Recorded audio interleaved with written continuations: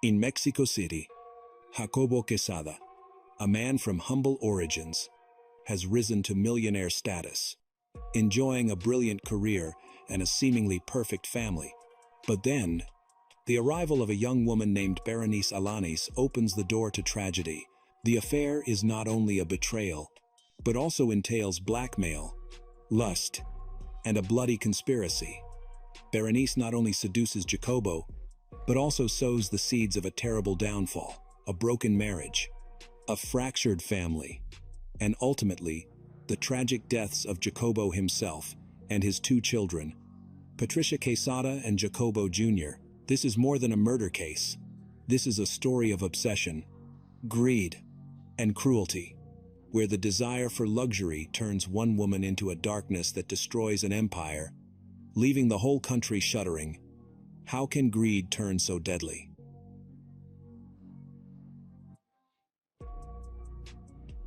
Jacobo Quesada was born on November 17, 1968.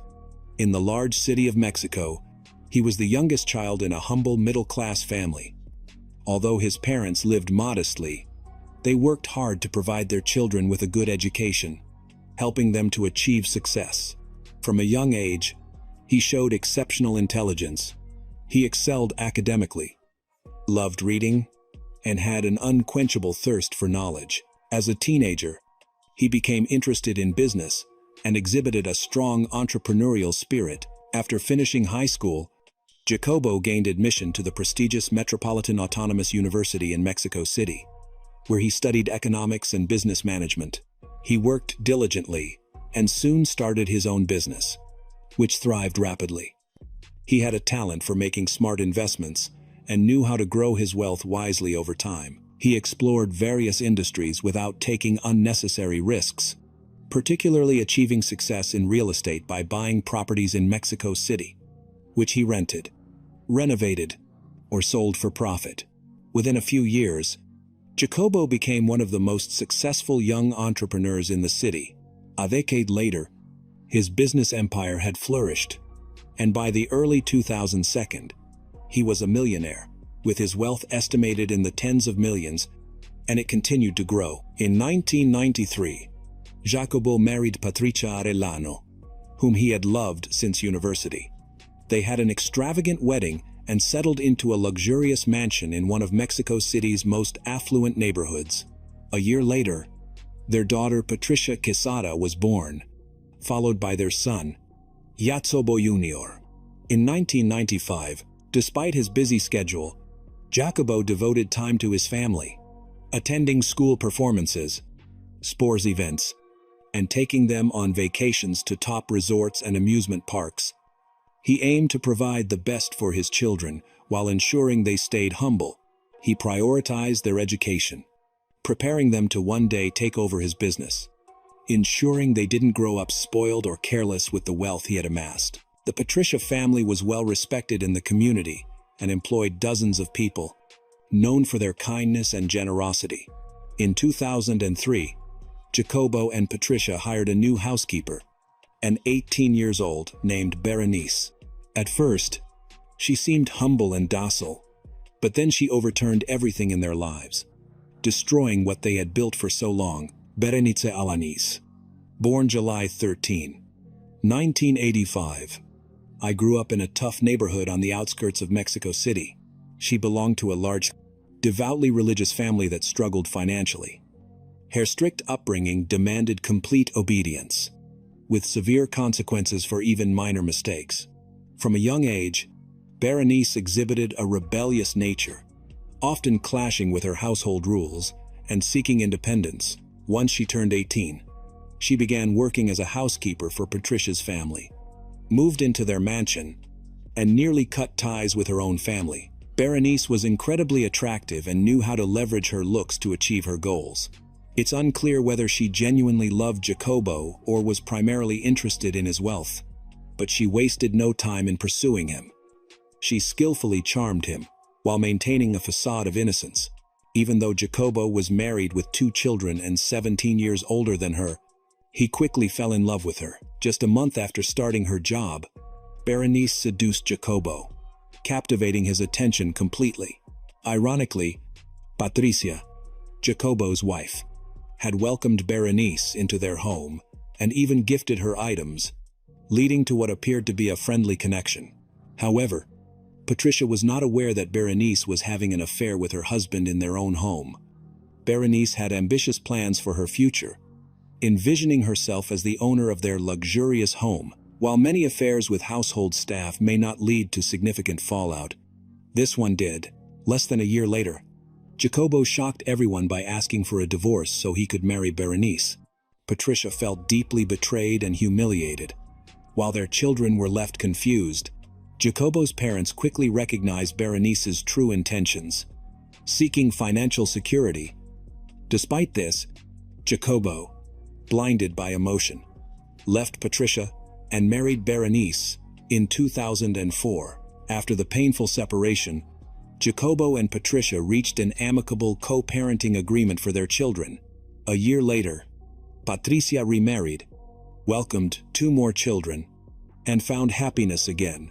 Their older children spent more time with Jacobo to maintain stability and continued attending the same school. Being young, they did not hold resentment toward Berenice, and eventually adjusted to her presence. Once Berenice legally became Jacobo's wife, she gained full access to his finances.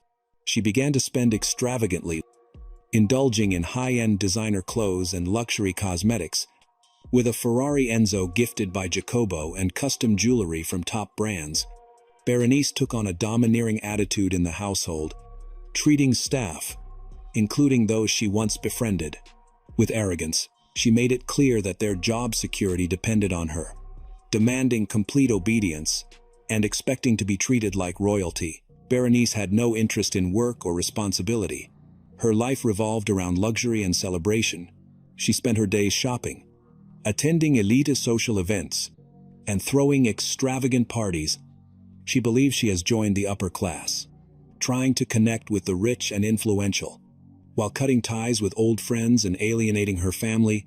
Additionally, she underwent numerous cosmetic surgeries to achieve a Hollywood-like appearance, transforming herself drastically in a short period. Although the Jacobo family disapproved of Berenice, the first few years of their marriage were mostly calm.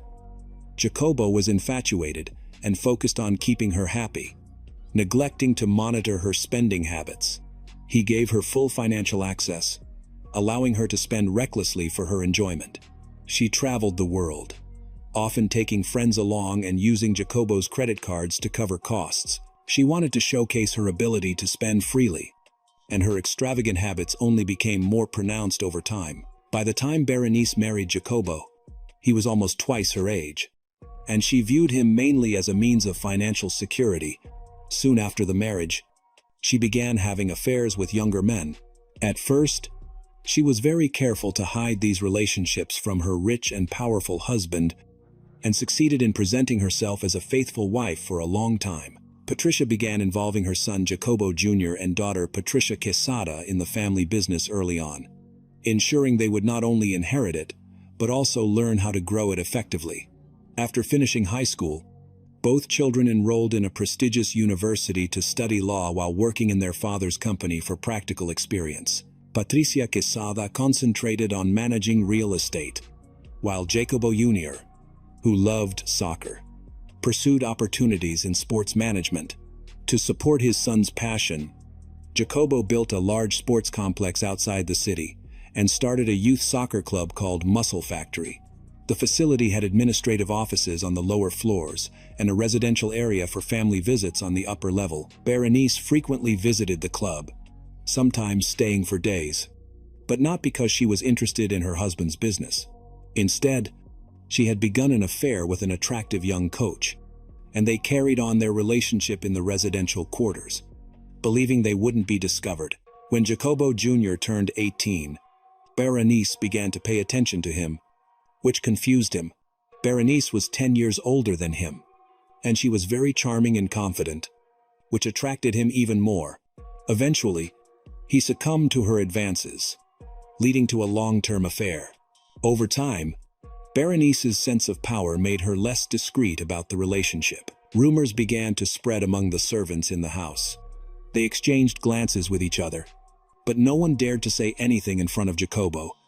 Jacobo remains oblivious, still infatuated with Berenice and fearful of losing her. However, when the truth finally emerged, an explosive scandal erupted. Jacobo felt betrayed, humiliated, and disgraced. Despite the situation, he struggled to leave Berenice. In an attempt to preserve his family, he chose to forgive her and maintain a peaceful relationship with his son. Berenice's infidelity had left their marriage in turmoil. Yet Jacobo hesitated to act decisively for months. Life continued as if nothing had changed, with everyone under the same roof pretending that the events were inconsequential. Then, in March 2019, a troubling discovery occurred. While cleaning the master bedroom, a housekeeper found a hidden bundle in a secluded area. Feeling curious, she opened it and was horrified by its contents: wax dolls with human hair, needles, dried leaves, and photographs of Jacobo's children, Patricia Quesada and Jacobo Jr. The discovery appeared to be linked to a voodoo ritual. The housekeeper immediately suspected that someone was trying to harm Patricia Quesada and Jacobo Jr., and she quickly reported it to Jacobo, who instantly deduced who was responsible. Even after this shocking revelation, Jacobo couldn't bring himself to file for divorce. However, Berenice crossed a serious line by targeting his family. He felt he had to take action.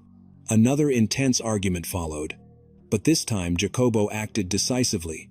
He consulted with his attorneys and revised his will, removing Berenice from any legal claim to his estate, businesses, stocks, or assets. Despite this, she remained his legal wife, continued to live in his home, and maintained her luxurious lifestyle. Berenice now realized that if anything happened to Jacobo, his children would kick her out of the house and possibly cause her to lose all her money. Unwilling to accept such a fate, she resolved to take charge of the situation. For the next few weeks, she kept a low profile, carefully planning her next steps. She apologized to Jacobo, claiming she regretted her previous actions and wanted to reconcile. She persuaded him that they should meet with his son and daughter, Patricia Quesada and Jacobo Jr., to have an open discussion and to resolve their issues. To maintain privacy, she suggested holding the meeting at their apartment in the family's private sports complex to avoid interruptions. Jacobo trusted her and saw no reason to be suspicious, so he agreed. He invited his son and daughter, hoping to restore harmony. Although Jacobo's daughter, Patricia Quesada, found the location odd, she didn't contest her father's choice. They scheduled the meeting for the evening of the 4th of April. Everyone arrived on time, except Berenice, who was late for no apparent reason. Around 6:00 p.m., Jacobo looked out the window and saw Berenice's car parked in the driveway, but she did not go in immediately. Instead, she told the security guard that there were some urgent matters that needed to be taken care of. Even though this was not within his authority, he did not dare to object and followed her into the practice room. Inside the gym, Berenice pointed out problems with the sound system, insisting that the speakers needed replacement because they weren't working properly. She turned up the volume to make a loud noise and asked the security guard to stand in a certain position to check the sound. The guard was confused by her request, but she made it clear that he was not allowed to leave the room. At one point, she suddenly turned off the sound system, stating a professional technician would need to fix the problems. Without saying anything further, she left the gym. I got into her car and drove away. When the guard returned to his post, he noticed that Jacobo and his children had not left the apartment, even though they had no plans to stay overnight. Concerned, he called them, but there was no answer. He decided to check upstairs to make sure everything was okay. Upon stepping out of the elevator, he immediately sensed something was wrong. The apartment door was wide open, and the first room was in complete disarray, indicating a struggle. As he entered the living room, he saw a horrifying scene. Jacobo and his children were lying lifeless on the floor in a large pool of blood. Panicked, the guard called for emergency services. Although medical personnel arrived promptly, Both Jacobo and his son, Jacobo Jr., could not be saved due to the severity of their injuries. But Patricia Quesada still had a weak pulse and was taken to the nearest hospital. Unfortunately, she did not survive the trip due to severe blood loss. An autopsy later revealed that all three victims had been shot fatally with a high-caliber handgun. Jacobo and Jacobo Jr. had been targeted at close range. While it appeared that Patricia Quesada had attempted to escape but was unable to do so, since nothing had been stolen, investigators quickly concluded that this was a targeted attack, rather than a random crime. Several theories were considered from the start.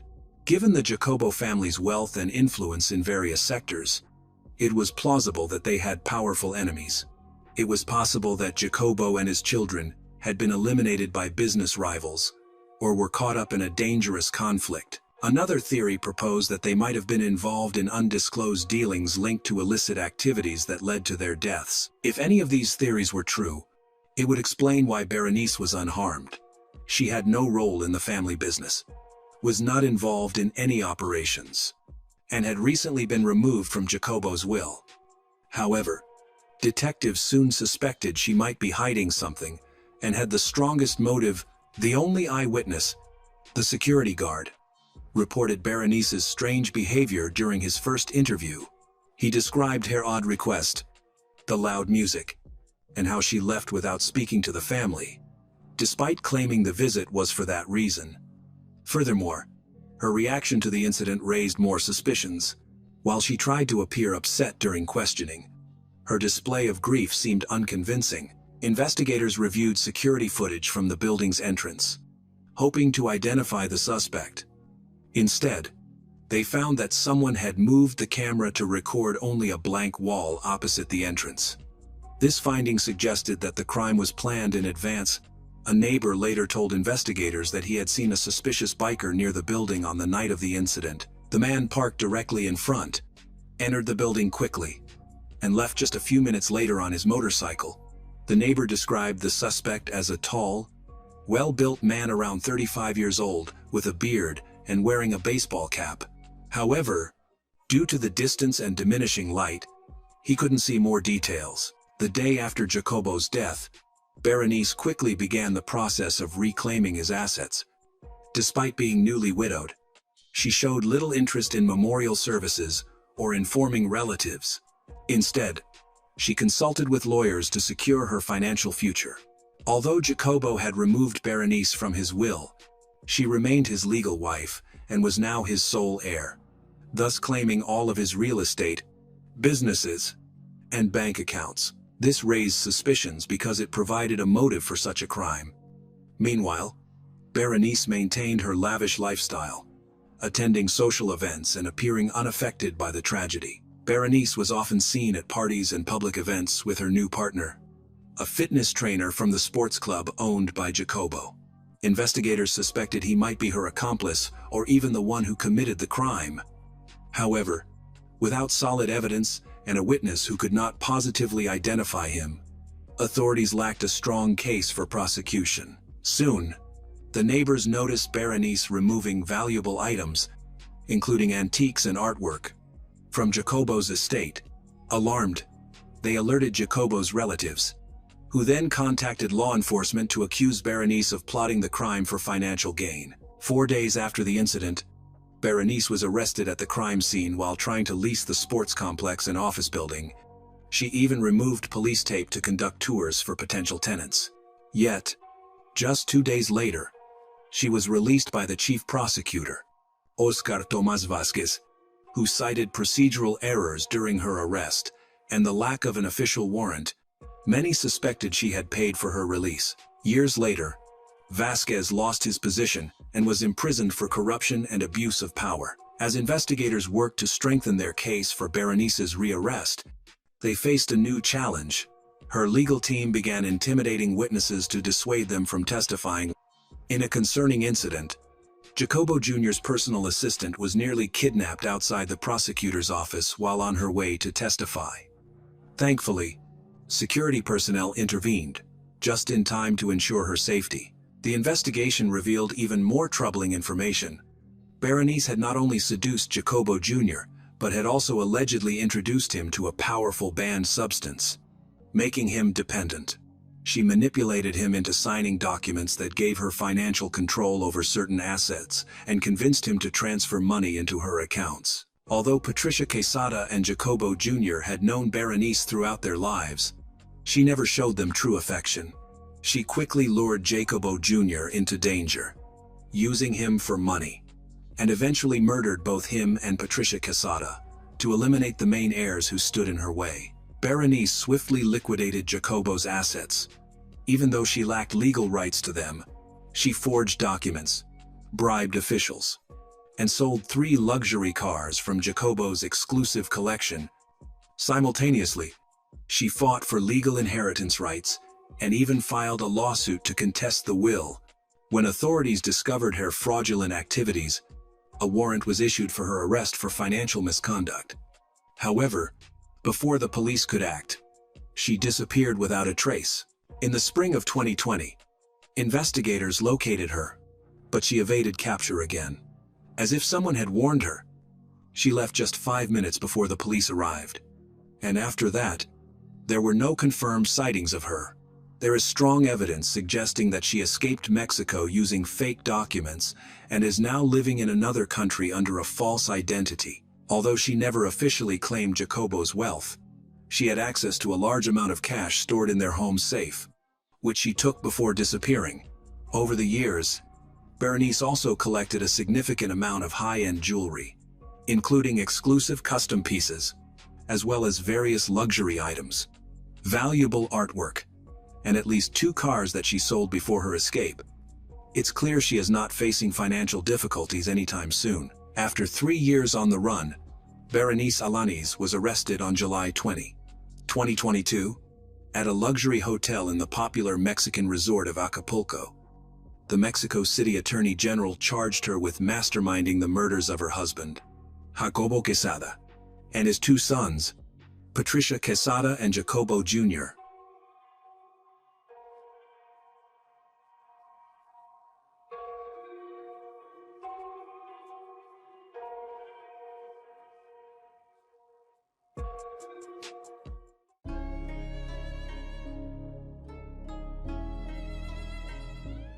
In a seemingly quiet house, fear permeated the air. A family was trapped in a room, holding their breath and hoping that the locked door would protect them. Suddenly, a gunshot rang out. The lock broke, someone collapsed, and footsteps echoed in the hallway. This was not just a random burglary, it was a premeditated act. When the police arrived in the morning, they discovered a perplexing crime scene. A family of 4 and their 3 dogs were found shot dead in their home. It appeared to be a robbery, yet nothing had been taken. All clues pointed toward one individual, but the real question remained: who was truly in control?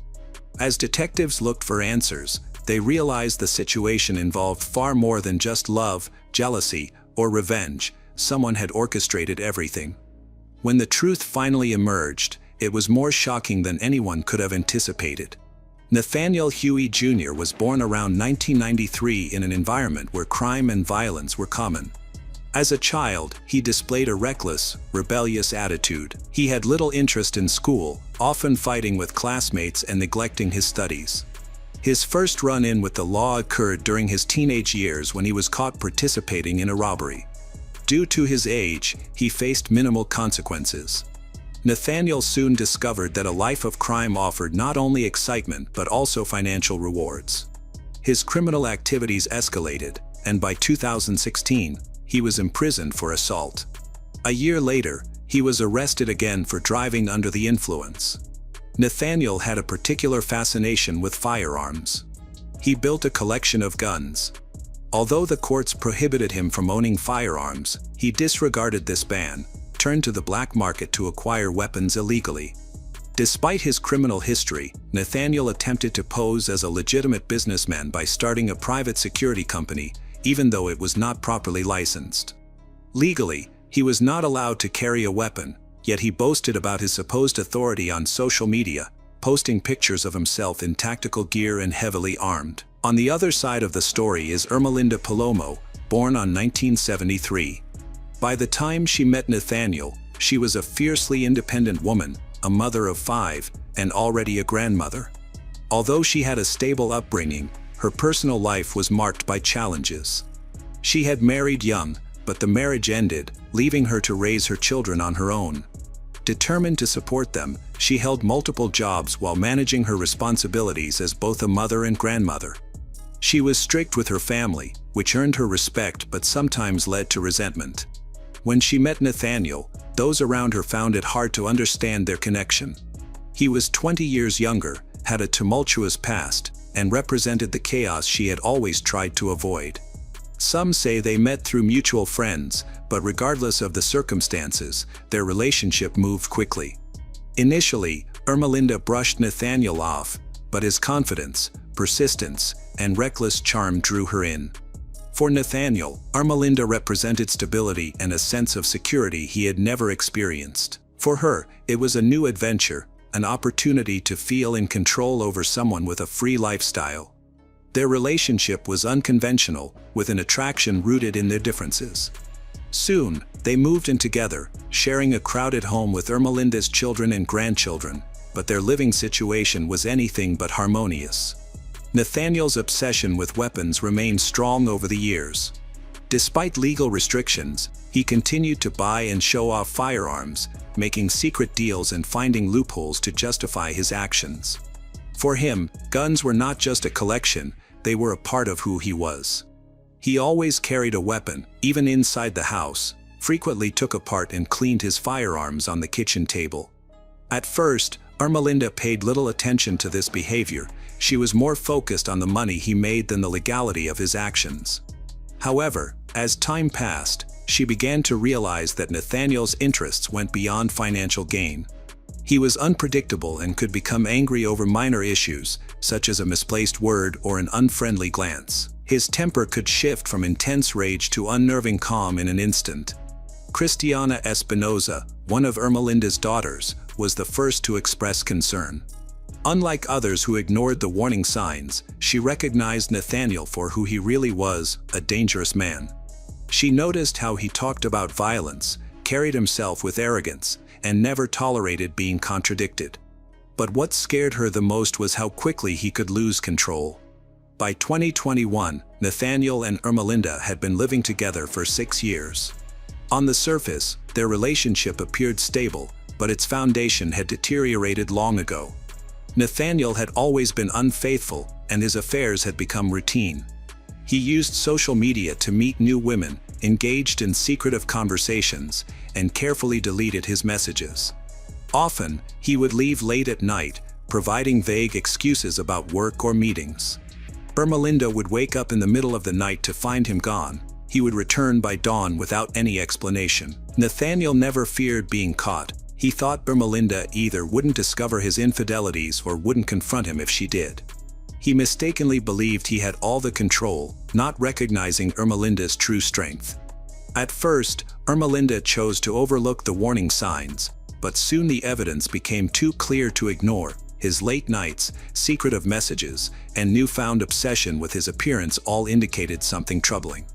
Her fears were confirmed when she saw a suspicious message pop up on his phone, leaving no room for doubt. Rather than confronting him right away, Ermelinda decided to gather evidence. If Nathaniel thought he was safe from consequences, he was about to find out otherwise. She began monitoring him closely, observing his movements, noting his habits, and even checking his messages when he wasn't paying attention.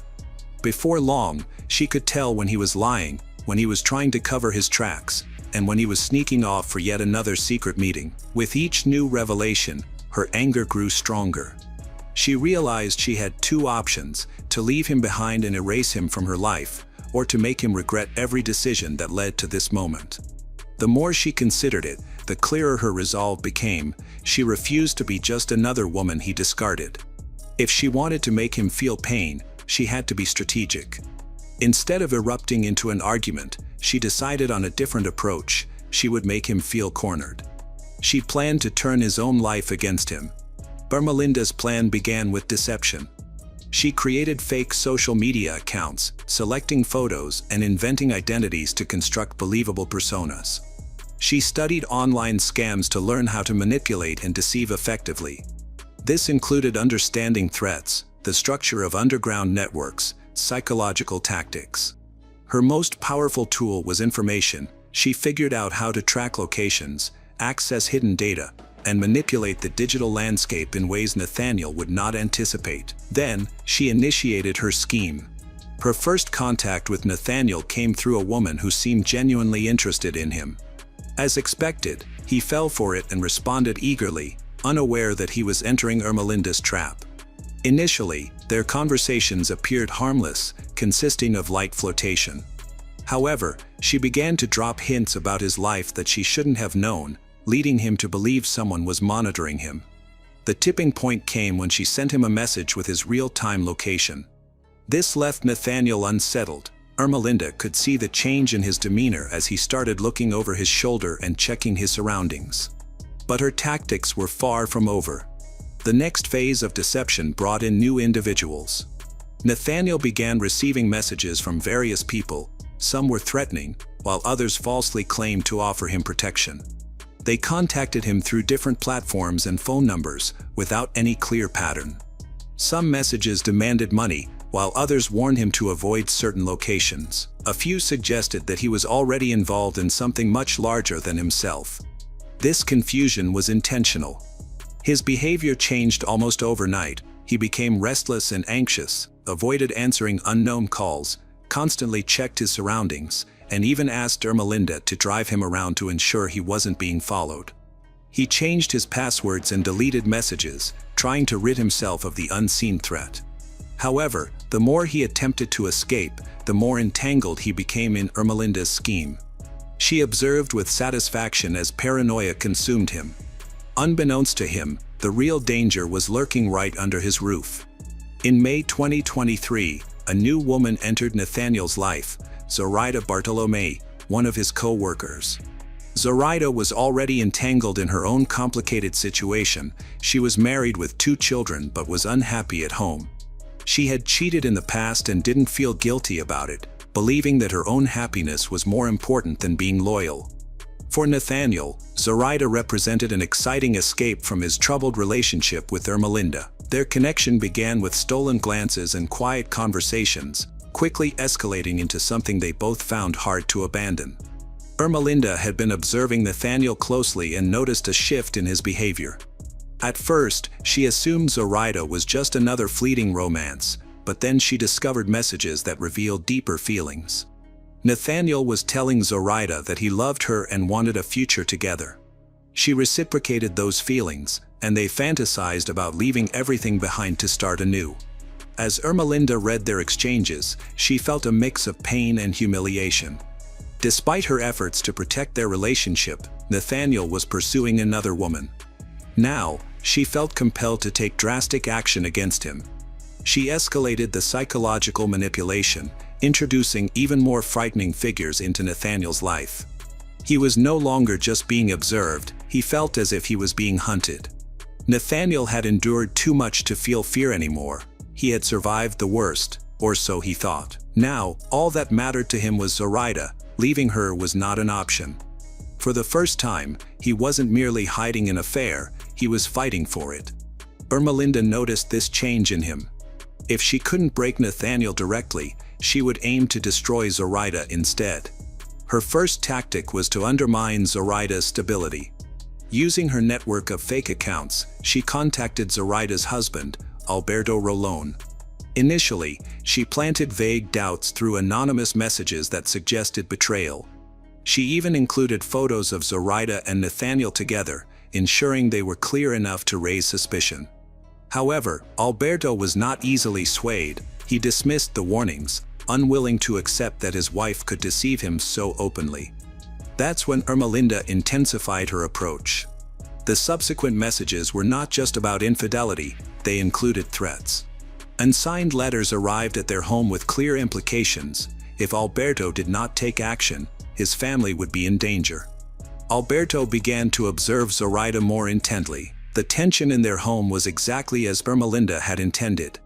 However, Nathaniel was still unwilling to let go. Even as paranoia invaded his life, he held on to Zoraida as if she were his last hope.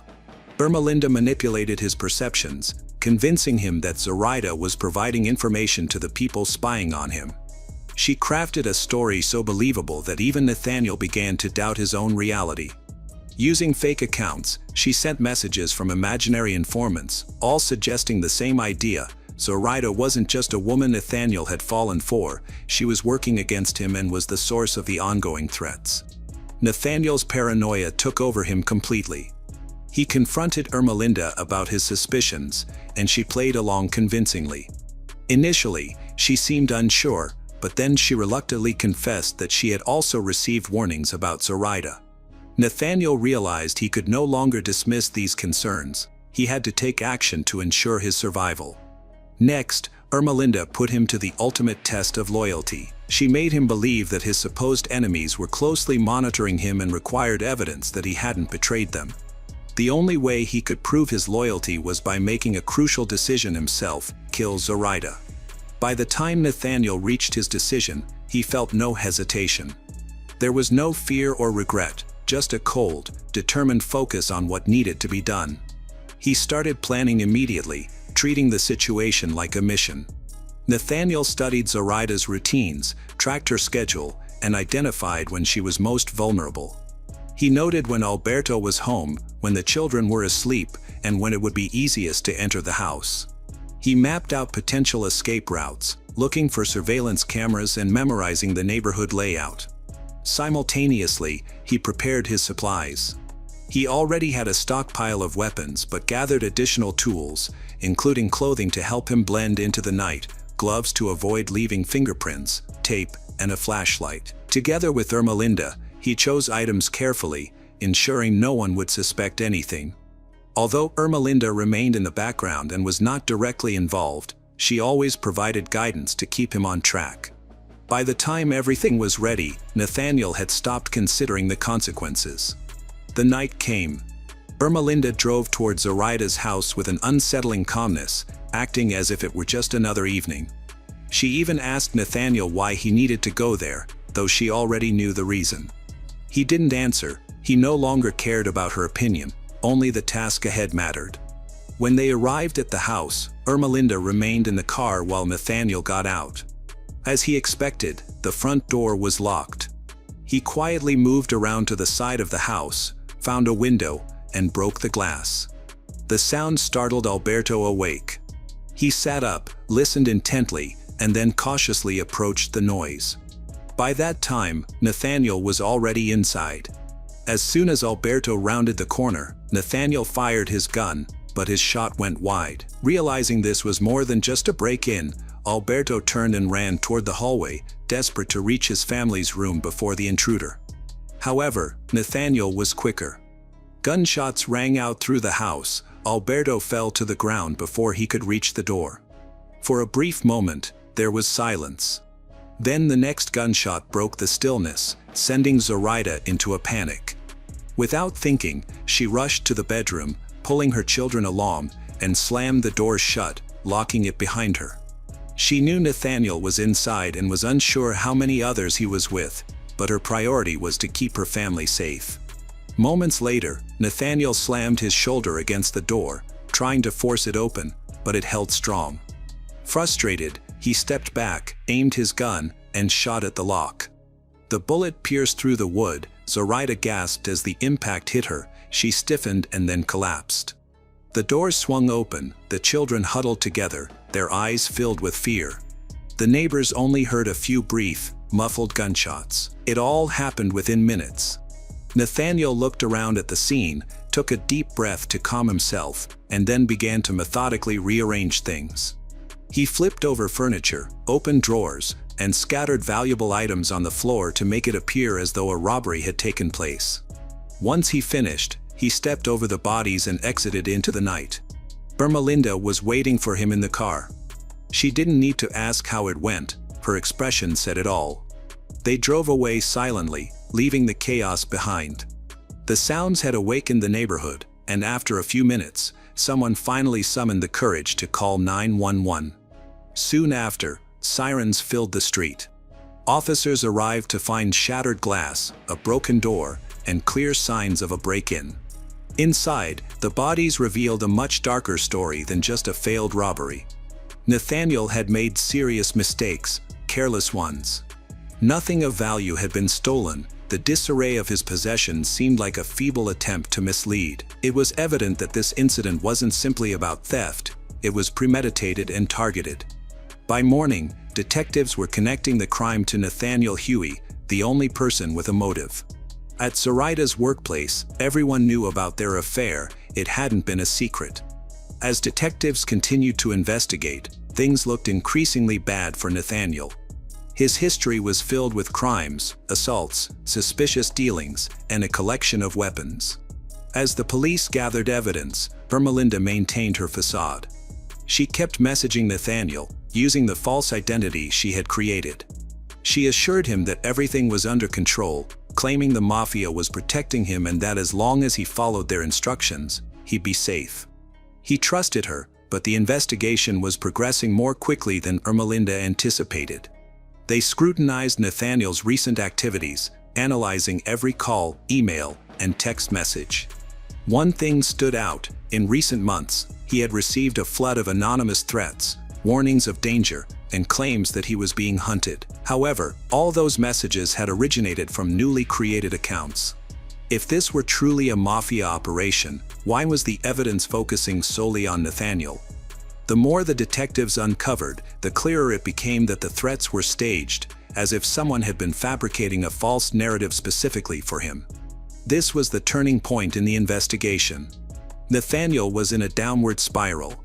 He sensed that the police were closing in on him and started noticing unmarked cars tailing him, along with strangers watching him too closely. He convinced himself that the mafia was still after him, waiting for him to make a mistake. In his desperation, he reached out to the only person he believed he could trust, his mother. He begged her for help, claiming he was being falsely accused of something terrible and needed to go into hiding. However, she refused to help him. With nowhere else to turn, Nathaniel managed to stay hidden for a few days, but eventually, security cameras captured him in a grocery store. A manhunt ensued, with patrol cars flooding the area, but by the time the officers arrived, Nathaniel and Ermelinda had already made it onto the highway. The chase began. Police followed with sirens blaring for miles, but Nathaniel had no plans to stop. He gripped the steering wheel tightly, accelerating and weaving through traffic in a frantic attempt to flee. Ermelinda had carefully planned every detail leading up to this moment, and now she was watching her plan unfold perfectly. Ahead of them, traffic became congested. Nathaniel attempted to navigate around a truck, but he lost his grip, causing the tire to screech against the road. The car spun out of control, crashing into the guardrail and flipping multiple times before coming to a sudden stop. Officers surrounded the wreck, weapons drawn. Nathaniel slumped in the driver's seat, a gun in his hand, while Ermelinda sat motionless beside him. In those final moments, he had turned the gun on her and then himself. Investigators sifted through the wreckage, trying to understand what had transpired inside the car. Did he realize what was happening? The investigation didn't stop there. Detectives focused on Ermelinda's devices. Hidden within her files were hundreds of messages, chat logs, and notes detailing her manipulation of Nathaniel, dozens of fake accounts that she had carefully created and controlled. She had constructed this elaborate scheme. She understood how to break a person's will and instill fear so deeply that they would do anything to escape it. And it had worked. Nathaniel had never been in danger. There was no mafia. The true enemy had been sitting right beside him all along. In the end, the case was closed, but one question lingered. Did Nathaniel understand the situation before he took action? Ermelinda's calculated plan, fueled by wounded pride and a desire for revenge, transformed Nathaniel from an unfaithful partner into a paranoid pawn who unwittingly executed her deadly scheme. The Romeoville murders, disguised as a robbery, revealed the devastating consequences of unchecked emotions and hidden motives. As the investigation uncovered Ermelinda's intricate web of lies, it left one lingering question unanswered. Did Nathaniel ever glimpse the truth behind his actions, or did he remain trapped in her illusions until the end?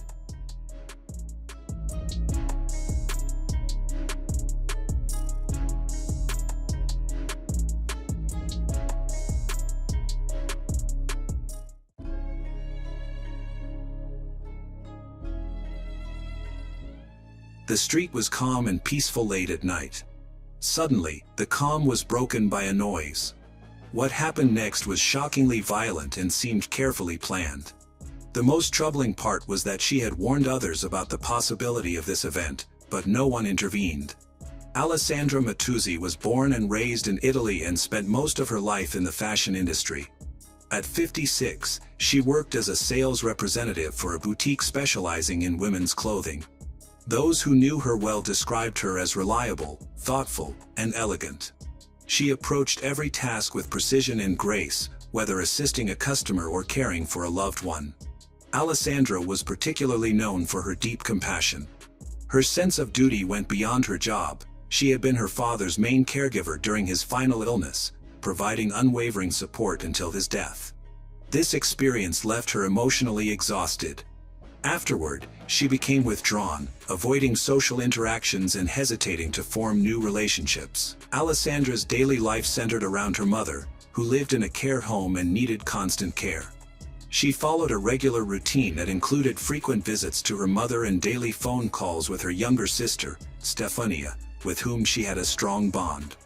Although Alessandra was reserved, she maintained an online presence that showcased her life. Her social media accounts featured images of family gatherings, stylish work outfits, and quiet moments with her pet. She preferred calm environments and meaningful relationships over large social events. Everything changed in the summer of 2021 when she encountered a young man named Giovanni Padovani on social media.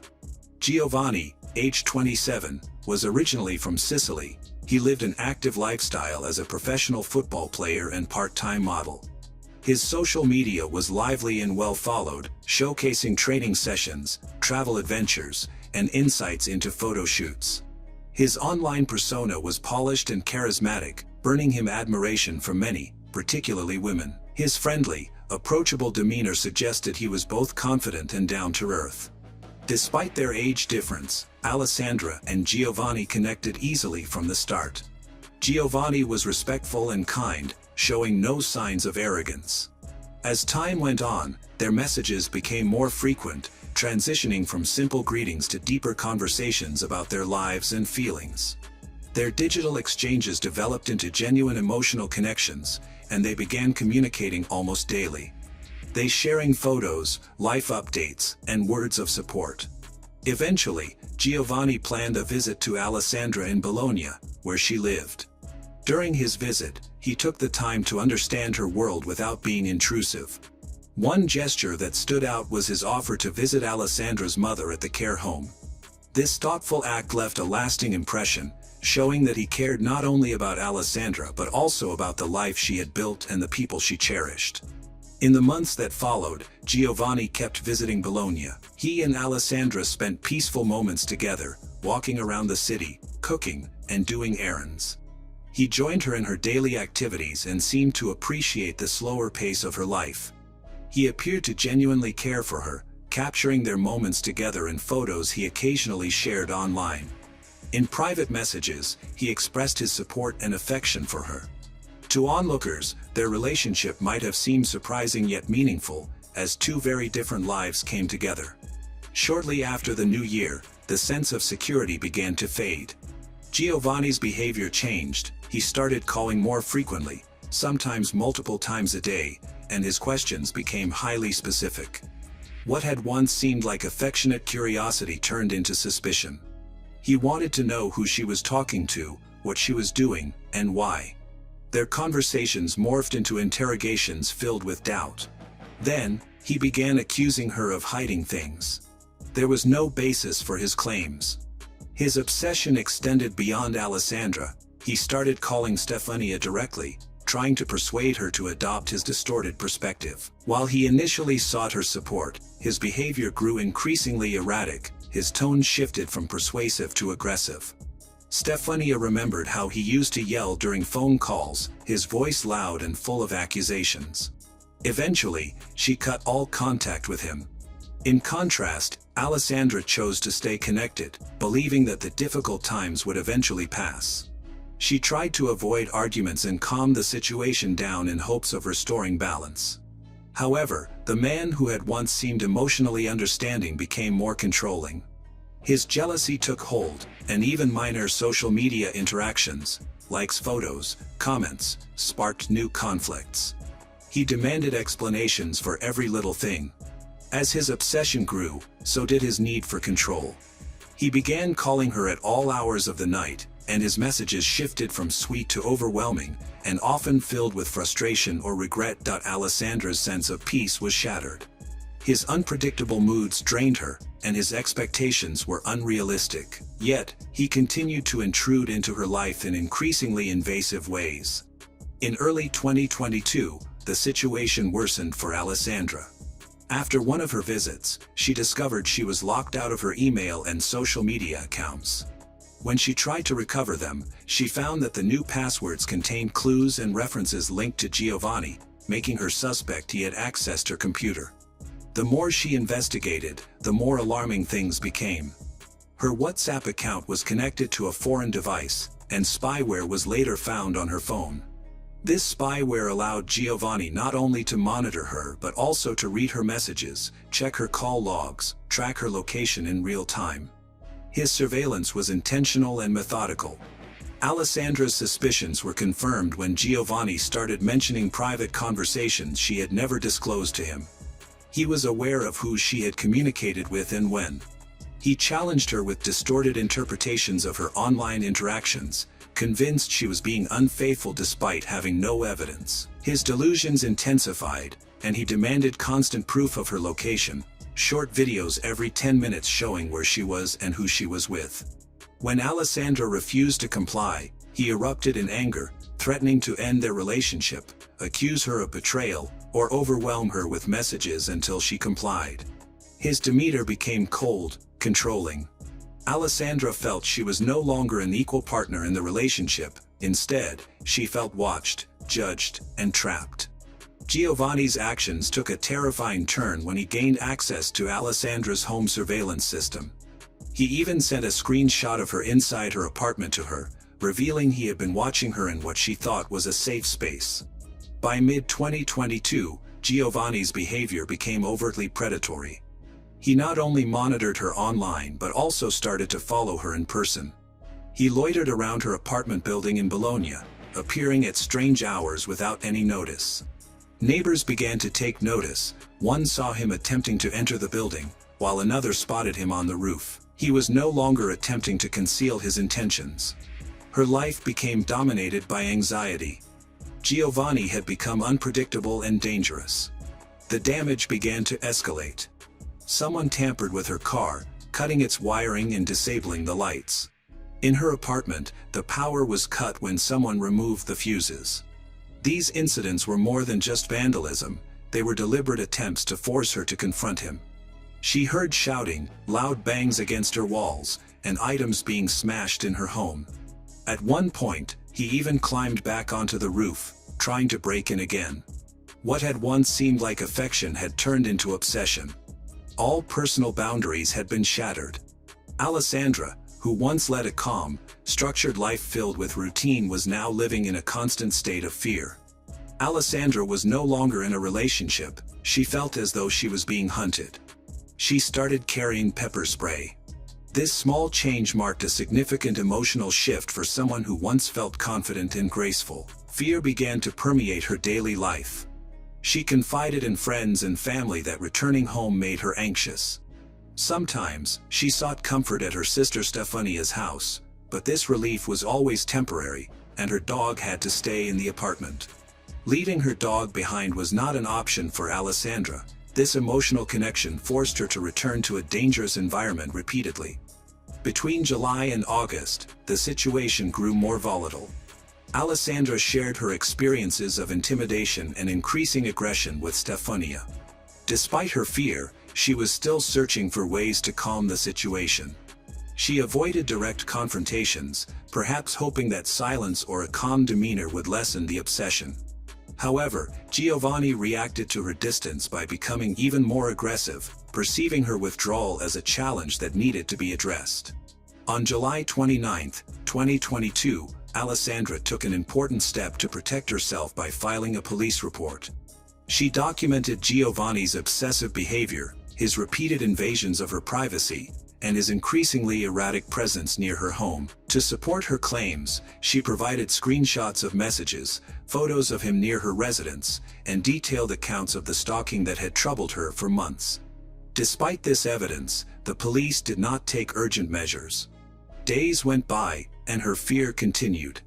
On August 3rd, she returned to the police with more evidence, including additional sightings and further incidents of interference. Although she reiterated her concerns, the case was still considered in its early stages. Investigators acknowledged her claims, but no protective actions were recommended. There was no restraining order, no formal warning issued, and no police presence near her building. By August 8th, she went back to the police again because the harassment had not ceased. Giovanni still showed up near her home and tried to enter the building. She kept meticulous records of each incident, including car damage, power disruptions, and break-in attempts. His messages had also become more aggressive. Yet, the official response to her situation remained unchanged. A fourth visit took place on August 13th. By that time, Alessandra was both exhausted and terrified. She felt she was being watched, followed, and monitored online. Giovanni's control over her life invaded her personal communications and daily activities. She clearly expressed her fear for her life and provided the police with direct quotes from his messages, which contained threats and psychological manipulation. One of her statements was particularly chilling: "I don't want to die." It was not just a plea, it was a stark warning. However, this was insufficient to prompt urgent action from the authorities. They cited procedural limitations, saying that they needed more witness statements. The investigators minimized the threat because there had been no physical attack, treating the case as simple harassment rather than a potential for violence. They failed to recognize the serious situation unfolding before them. Her family would later contest this failure, asserting that the warnings had been clear, consistent, and serious. The progression of events was evident. What started as an obsession with digital activities escalated into physical intimidation. Giovanni's behavior shifted from being reactive to becoming calculated, repetitive, and dangerous. The most significant evidence emerged on August 20, 2022, just 3 days before the incident. Giovanni made a checklist on his phone, which investigators later discovered in his Notes app. The list was precise, detailing items such as duct tape, a hammer, and restraints. Below the list was a written plan outlining steps to simulate a conversation, find a way to enter, and gather the necessary tools. The thoroughness of this plan eliminated any doubt about his intentions. This was not an act of impulsive anger, it was deliberate planning. On August 21, Giovanni left Sicily, where he had been involved in football-related activities, and traveled to Senigallia under the pretense of personal business. He continued his journey, arrived in Bologna on August 22. Digital records later confirmed Giovanni's movements in unsettling detail. He entered Bologna quietly, without notifying anyone, including Alessandra. After arriving, he concealed a hammer in a bush near Alessandra's apartment building, placing it strategically in a hidden corner of the residential complex. He had thoroughly scouted the area beforehand, meticulously planning each step. That same day, he climbed to the rooftop of the building and watched Alessandra's movements from above. He had been watching her for months, but this time, he was ready to act. Weeks earlier, Giovanni had made a note on his phone, dated July 2, stating, "He will end her because she ended him emotionally." In the note, he portrayed himself as a victim, claiming he had been manipulated and abandoned, pushing him to his breaking point. He was fully aware of the consequences of his actions, writing, "He knows he will end up in prison. This note will explain to the police what she did to him." His intentions were clear, he had made this decision long before he traveled north. On the evening of August 23, Alessandra arrived home, unaware that Giovanni was waiting nearby. It was just after 9 p.m., and she was on the phone with her sister, Stefania, in a normal conversation built. As Alessandra approached the entrance of the building, Giovanni emerged from his hiding place. The attack happened in seconds. Stefania, still on the phone, noticed a sudden change. Alessandra's voice shifted, followed by the unmistakable sounds of a violent struggle. In that brief moment, everything fell apart. Witnesses later reported seeing Giovanni attack her. He grabbed a hammer and struck her with such force that the hammerhead broke off the handle. However, he didn't stop there. Giovanni continued to hit her with his fists and then picked up a heavy wrought iron bench from just outside the entrance, using it to beat her repeatedly. He displayed extreme violence, delivering multiple devastating blows. Forensic reports later indicated that she had suffered over 20 traumatic injuries. Alessandra had visible injuries on her skull, chest, arms, and legs, showing evidence of a brutal assault. Her body was found with signs of blunt force trauma, severe fractures, and indications that she had been dragged on the ground. Despite the loud noises and chaos, Giovanni made no attempt to flee. When the police arrived, he was calmly sitting by the front door of the building, waiting. Officers noted his eerie composure. There was no struggle or remorse, only a chilling acceptance of his actions. Alessandra was taken to the hospital, but unfortunately, it was too late. Her injuries were severe, and she died shortly after arriving. The evidence was indisputable. His actions were deliberate, and he made no attempt to hide what he had done. The precision in his timing and the weapon's location revealed clear premeditation. Witnesses described him as quick and confident, as if he had rehearsed the act numerous times in his mind. Stefania's phone call, along with both physical and digital evidence, was essential for piecing together the timeline of events. The entire attack lasted just a few minutes, but it followed months of carefully planned psychological abuse. After his arrest, Giovanni was moved to a psychiatric facility. Initially, he chose to remain silent but later made statements blaming Alessandra for what happened, claiming she caused him emotional pain and had broken him. Investigators, however, recognized this as an attempt to mislead. The crime was clearly planned, documented, and carried out with disturbing precision. Although his defense team requested a psychiatric evaluation, court-appointed experts determined that he was fully aware of his actions. He showed obsessive and controlling behavior but did not qualify for an insanity defense. His mental state was intact, and he acted with intent. During sentencing, Giovanni spoke briefly, describing his experience as a nightmare. He told the court that if they considered him sane, he deserved the maximum penalty. He attempted to portray himself as a broken man, but the court was unaffected by his claims. His attempt to blame his victim fell apart under the weight of the evidence. On February 12, 2024, Giovanni Padovani was found guilty of stalking and the premeditated murder of Alessandra Mattuzzi. He was sentenced to life in prison. The court highlighted several aggravating factors: the cruelty of the attack, his lack of remorse, and the extensive psychological abuse that occurred before the crime. The consequences extended beyond the courtroom. Following Alessandra's death, a surge of online hostility targeted her on social media. Mean comments overwhelmed news articles, with strangers criticizing her looks, clothing, and age, as well as the age difference between her and Giovanni. Some even implied that she had provoked his actions. One of the most alarming remarks came from Donatello Alberti, was then director of Croce Bianca of Ferrara, who suggested that her appearance justified Giovanni's jealousy. The backlash was swift, resulting in Alberti's immediate removal from his position. Alessandra's family responded by filing complaints against 5 individuals for their online harassment. In an unusual move, the Bologna prosecutor's office initiated an investigation into this cyber harassment. This case set a significant legal precedent in Italy, marking one of the first times digital defamation against a deceased victim was prosecuted on such a scale. In the view of both the court and the public, Giovanni's actions were not only murder but also the final result of a prolonged campaign of control, psychological, digital, and physical, a heartbreaking example of a system that failed to intervene in time. Experts later recognized his behavior as classic Othello syndrome, a psychological condition characterized by delusional jealousy.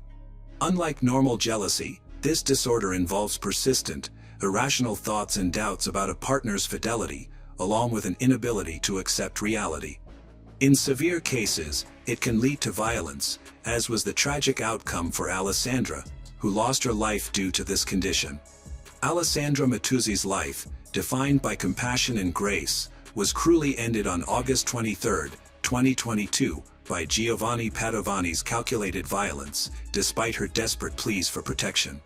While his life sentence on February 12, 2024, delivered justice, it could not erase the pain of her family, particularly her sister Stefania, nor the sting of a system that failed to act on her warnings. Alessandra's legacy as a devoted daughter, sister, and professional endures, her warmth forever etched in the hearts of those she loved. Her family's fight against post-murder cyber harassment, culminating in a groundbreaking Italian legal precedent, has sparked vital conversations about digital abuse and victim blaming. Though her loss remains a stark reminder of unchecked stalking and domestic violence, Alessandra's memory fuels a call for stronger protections to ensure no one else suffers her fate.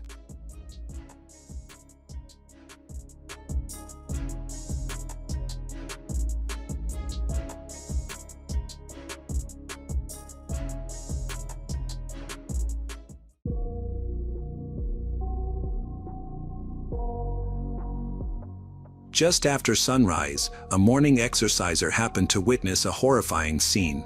A young woman was lying lifeless near the edge of a quiet neighborhood in Chapel Hill. There were no clues about what had happened, no sounds, no witnesses, just an eerie silence. Who was she? How did she end up there? And why did her life end so abruptly? As the police started to investigate, they uncovered a tragic story that would impact two cities profoundly. Eve Carson was born on November 19, 1985, in Athens, Georgia. She was raised in a loving home by her parents, Teresa and Bob Carson. She grew up with her brother Andrew in Athens, where her exceptional qualities began to emerge. From an early age, Eve distinguished herself academically and socially.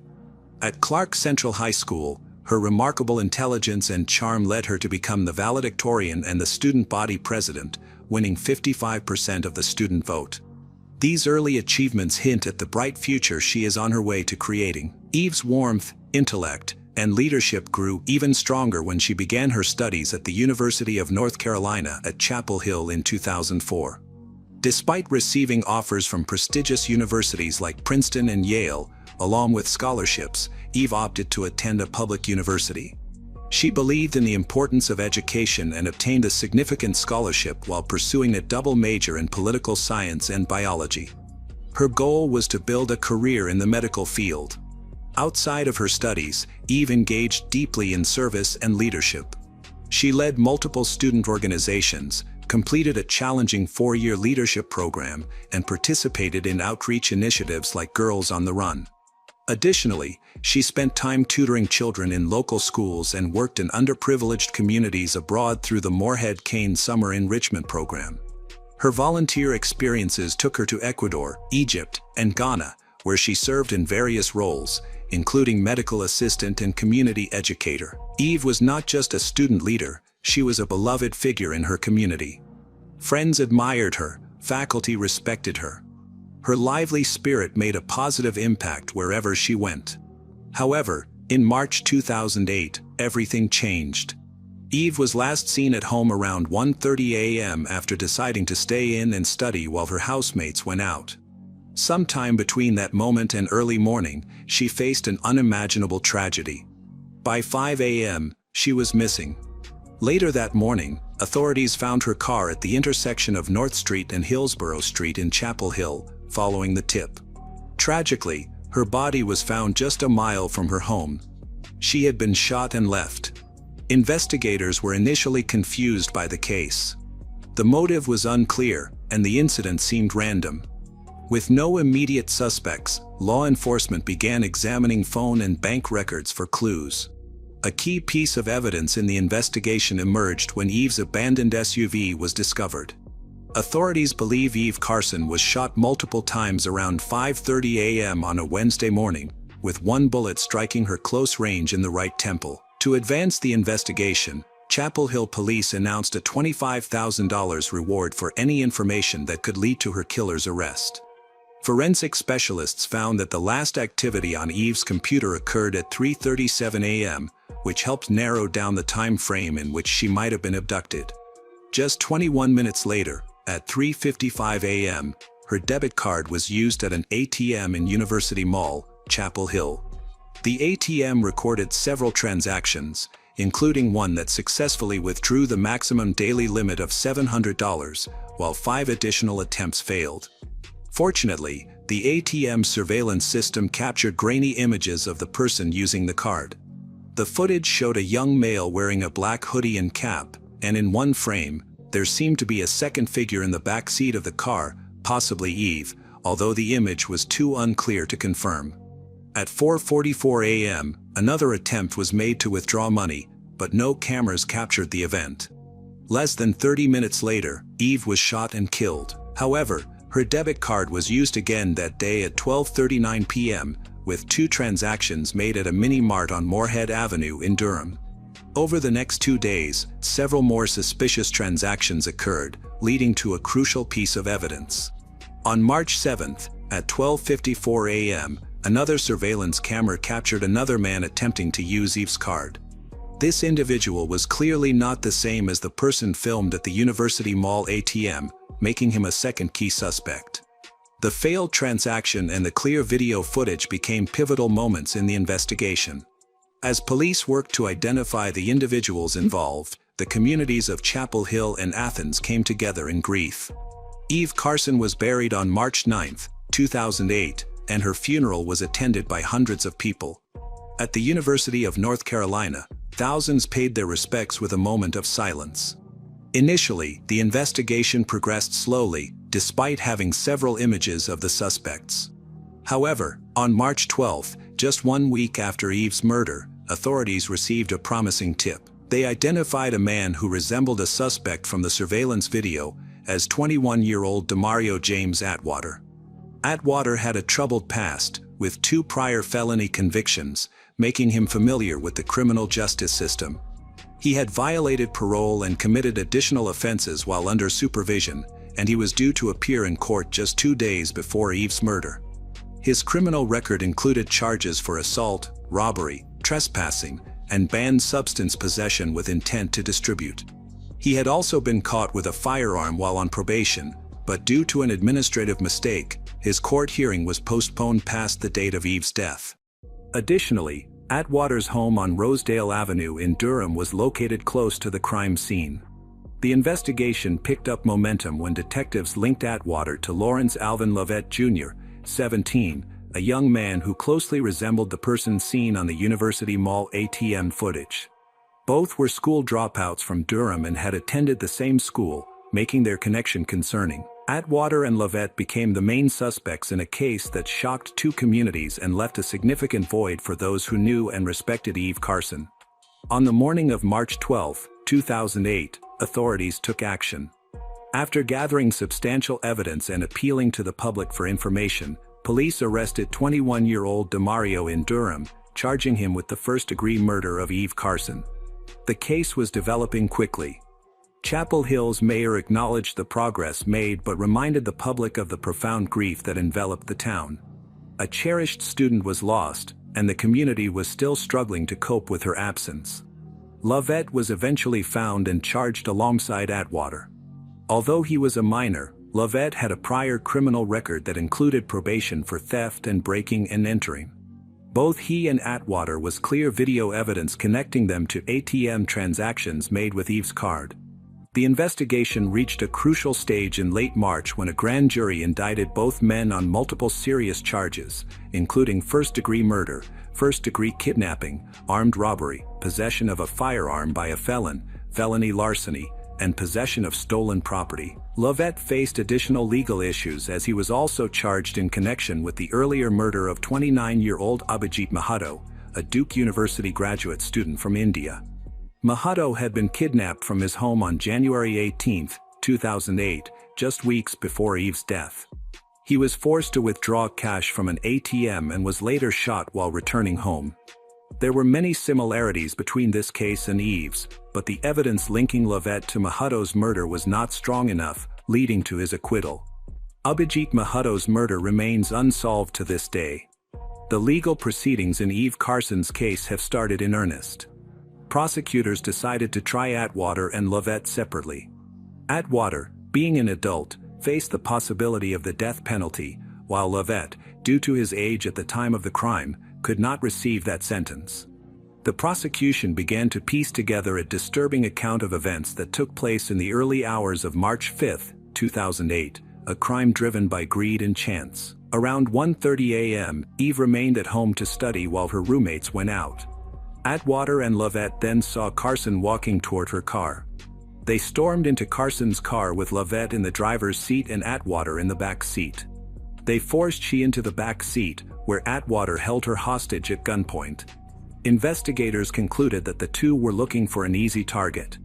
Both had been released on bond, were low on money, and had no prior connection to Eve. She was just a stranger they happened to encounter. This marked the start of a tragic series of events that would lead to a brutal and senseless murder. Digital records show that Eve Carson's computer was last active at 3:37 a.m. on March 5, 2008. Shortly after, her life took a tragic turn when she was kidnapped by Atwater and Lovett. They put her in the back seat of her own SUV and drove to several ATMs to withdraw cash. Surveillance cameras captured them at an ATM. Their second attempt at 4:44 a.m. at mall failed because they had already reached Eve's daily withdrawal limit. Lovett told a friend that throughout the ordeal, Carson tried to reason with her captors, telling them that they did not have to do what they were doing. She also begged for her life, telling them that they could take whatever they wanted and that they did not have to kill her. However, Lovett and Atwater decided to kill Carson because she had seen their faces. They took her to a wooded area about a mile from UNC to commit the murder. Carson had been shot 5 times. She was first attacked in the right shoulder, right upper arm, right buttock, right cheek with a .25 caliber pistol. Blood found in Carson's lungs during an autopsy showed that she was still alive and breathing after being attacked with the pistol. The 5th and fatal shot she received was from a sawed-off 12-gauge shotgun. It went through her right hand, suggesting she was trying to shield herself, into her right temple and brain. According to a forensic psychologist and crime analyst, the way Carson was shot showed a complete lack of respect for others. After his arrest, Demario James Atwater confessed to his involvement in the crime. He confirmed that he was captured on the ATM footage and identified Lovett as his accomplice. To avoid going to trial, Atwater pleaded guilty to all federal charges and directly apologized to Eve's parents during sentencing. On September 23, 2010, he was sentenced to life in prison plus 30 years, thus escaping the death penalty. In contrast, Lovett decided to fight the charges against him. He pleaded not guilty to various state offenses, including first-degree murder, kidnapping, armed robbery, larceny, and possession of stolen property. His trial began in December 2011. After 2 weeks, the jury found him guilty on all counts, and he was sentenced to life in prison without the possibility of parole. Complications arose soon after. In 2013, the North Carolina Court of Appeals overturned Lovett's sentence, referencing a U.S. Supreme Court decision that deemed mandatory life sentences for juveniles unconstitutional. Lovett was 17 years old at the time of Eve's murder, which prompted a new sentencing hearing. During this hearing, Lovett spoke to the court, expressing remorse for his actions and acknowledging the pain he had caused. He argued that he was not the monster he was portrayed to be.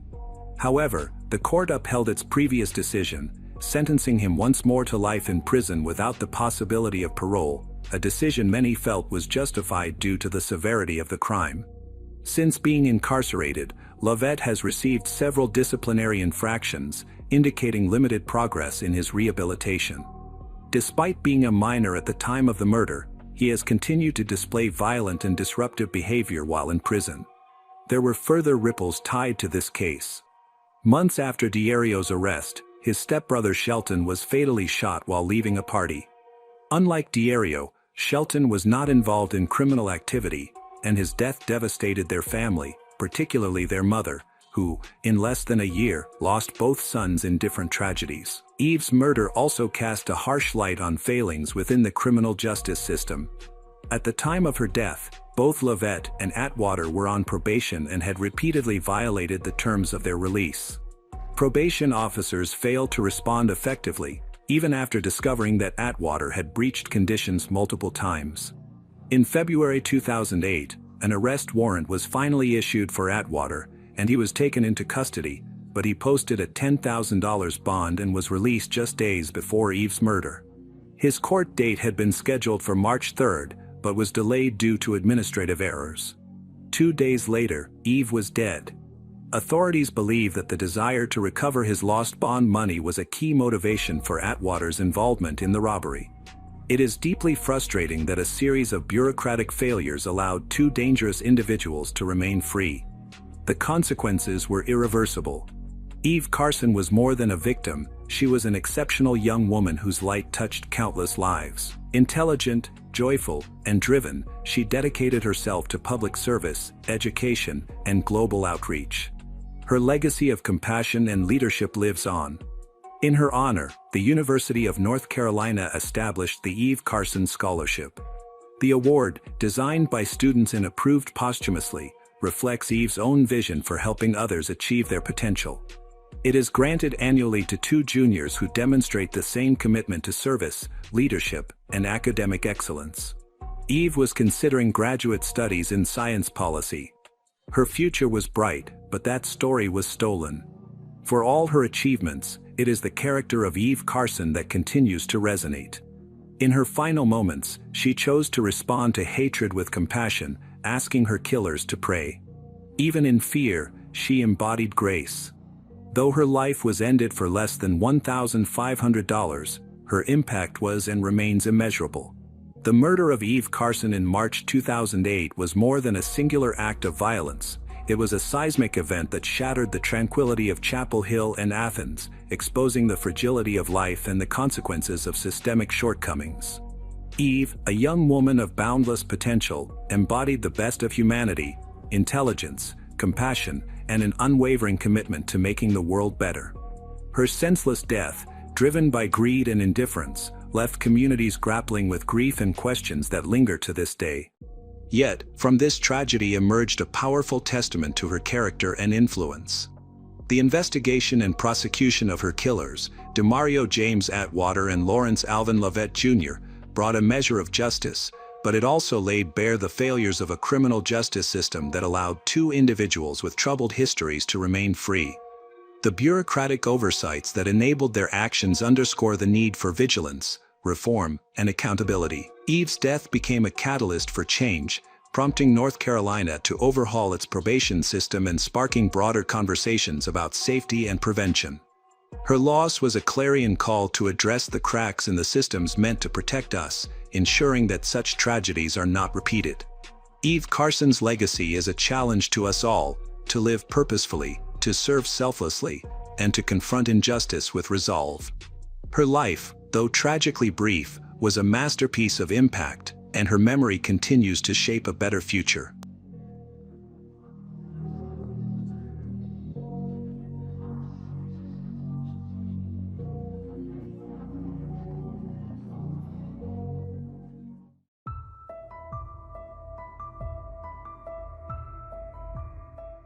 On November 23, 2013, in Santa Cruz Harbor, California, Forrest Hayes, a prominent figure in the tech industry, was found dead. His body was located on his luxury yacht, the Escape, which he owned.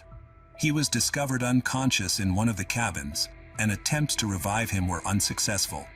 Local law enforcement responded after the yacht's captain called for help. The circumstances surrounding Forrest's death were puzzling. He was lying on his back with no signs of struggle. An injection mark was visible on his arm, but no syringe or medical supplies were found nearby, raising questions about whether his death was accidental or intentional. The cabin appeared disordered. There were 2 wine glasses on a small table, one with lipstick marks, indicating he had company. All the windows were covered with curtains, and the lighting was dim, contributing to an atmosphere of privacy. The scene looked strangely staged, yet there were no clear signs of violence. The yacht's captain told the police that Forrest often used the boat for private outings. He noted that Forrest liked spending time alone on the yacht, but he also had guests from time to time. The coroner's initial assessment indicated that an overdose could be the cause of death. However, at the start of the investigation, it was unclear if this overdose was by accident or on purpose. The lack of a syringe near the body raised further questions. To find answers, investigators began looking into Forrest's life, including his contacts, business dealings, personal relationships, and the events leading up to his death. The main question in the investigation was, who was with Forrest in the last hours of his life? The presence of a wine glass with lipstick suggested that a woman might have been involved. However, neither the captain nor the harbor staff saw anyone exit after Forrest boarded the yacht. The investigation began by examining Forrest's phone, which was found near his body. An initial review of his apps and messages did not show anything suspicious, but detectives chose to look deeper into his personal life. As they explored Forrest's connections and habits, it became clear that his seemingly perfect life could be hiding unexpected secrets. Uncovering these secrets became a key goal for law enforcement as they sought to understand what happened aboard the Escape that tragic evening. Forrest Hayes was born on May 10, 1962, in Dearborn, Michigan. From a young age, he showed exceptional learning abilities. His curiosity, problem-solving skills, and natural charisma made him a leader among his peers. Teachers and classmates often praised his dynamic personality and commitment to excellence, which set the stage for his future success. After graduating from high school, Forrest attended a prestigious university where he studied engineering and computer science. He quickly mastered the latest technologies and began developing his own projects, which caught the attention of major tech companies. His career took off in the early 1980s, during the early growth of the information technology industry. A key moment in Forrest's career occurred when he joined Apple in 2005. At that time, Apple was rapidly expanding and working on innovative products like the iPhone and iPad. Forrest took a position in a crucial department focused on developing new technologies. His contributions to Apple's projects were so impactful that he quickly gained the respect of both his colleagues and the leadership team. Forrest was not just a skilled professional, he was also an innovator with a unique ability to find unconventional solutions to challenging problems, making him an invaluable team member. Colleagues remembered Forrest's unwavering determination to implement innovative ideas that improved the functionality and accessibility of Apple's products. During his time at Apple, he worked on technologies that later became industry standards. However, he didn't rest on his successes and soon accepted a position at Google, joining the company in 2007. At Google, he became part of Google X, a division focused on developing advanced technologies. His role involved overseeing projects related to autonomous vehicles, smart devices, and other innovative advancements. Notably, he contributed to the creation of self-driving vehicle systems, a significant breakthrough in autonomous transportation. Colleagues described Forrest Hayes as an inspiring leader who motivated his team to reach ambitious goals. He was strict but fair, promoting a positive work environment. Forrest embraced challenging tasks, which earned him the respect and admiration of his colleagues. His ability to blend strategic thinking with attention to detail enabled him to successfully lead large-scale projects that shaped the future of technology. Forrest's professional success was closely connected to his family life. In 1996, he married Denise Hayes. Together they built a strong relationship based on understanding and support. They had 5 children: Lauren, Danielle, Lily, Roscoe, and Zosia. Forrest was not only a successful businessman but also a dedicated father. Even with a busy work schedule, he always prioritized his family. Those who knew him said he loved spending time with his children, planning family trips, and creating traditions that brought them closer. Their family life seemed joyful. They living in a $4 million home in one of California's finest neighborhoods, which offered a peaceful and comfortable environment. Forrest's biggest joy came from outings on his yacht, the Escape. To him, the yacht represented family togetherness. He regularly took his family on short trips, enjoying quality time and relaxation away from the busy city life. Friends and colleagues admired how he balanced his career success with his family commitments. He exemplified the ability to manage both professional achievements and personal responsibilities. Although Forrest appeared outwardly harmonious, he sometimes shared with close friends that he felt empty inside. He had accomplished everything he had ever dreamed of, yet it didn't fully satisfy him. This sense of restlessness may have pushed him to pursue new experiences and interests, ultimately resulting in tragic outcomes. A key part of Forrest's secret life was his use of the app Seeking Arrangement. This platform connects wealthy individuals with younger partners for informal relationships that often involve financial support. Forrest actively used the app, and an investigation into his account showed that he had been messaging many women, setting up meetings, and negotiating the terms of their interactions. His relationships were not just casual. Forrest was known for generously supporting his partners by covering their expenses, giving them expensive gifts, and meeting in private settings. One such location was his yacht, which originally served as a family vessel for short trips but later became a personal getaway for him and the women he met through the app. The yacht offered the privacy, allowing him to avoid unwanted attention. The captain of the yacht, employed by Forrest, later informed the police that it was frequently used for these meetings. He recalled that Forrest sometimes took women on short trips or spent several hours alone with them on board. The captain noted that these encounters happened often but were covered by a confidentiality agreement. Alcohol was typically involved, and in some cases, illegal substances were also present. Messages found on Forrest's phone showed he discussed acquiring these substances, and occasionally, his partners would bring them at his request. This information shocked his colleagues and family, who were completely unaware of his secret life. Investigators paid special attention to a woman Forrest had met through Seeking Arrangement.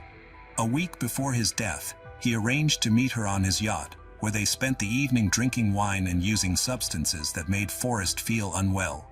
In messages after their meeting, Forrest acknowledged he wasn't feeling well but expressed no desire to stop these activities. Forrest lived two distinct lives.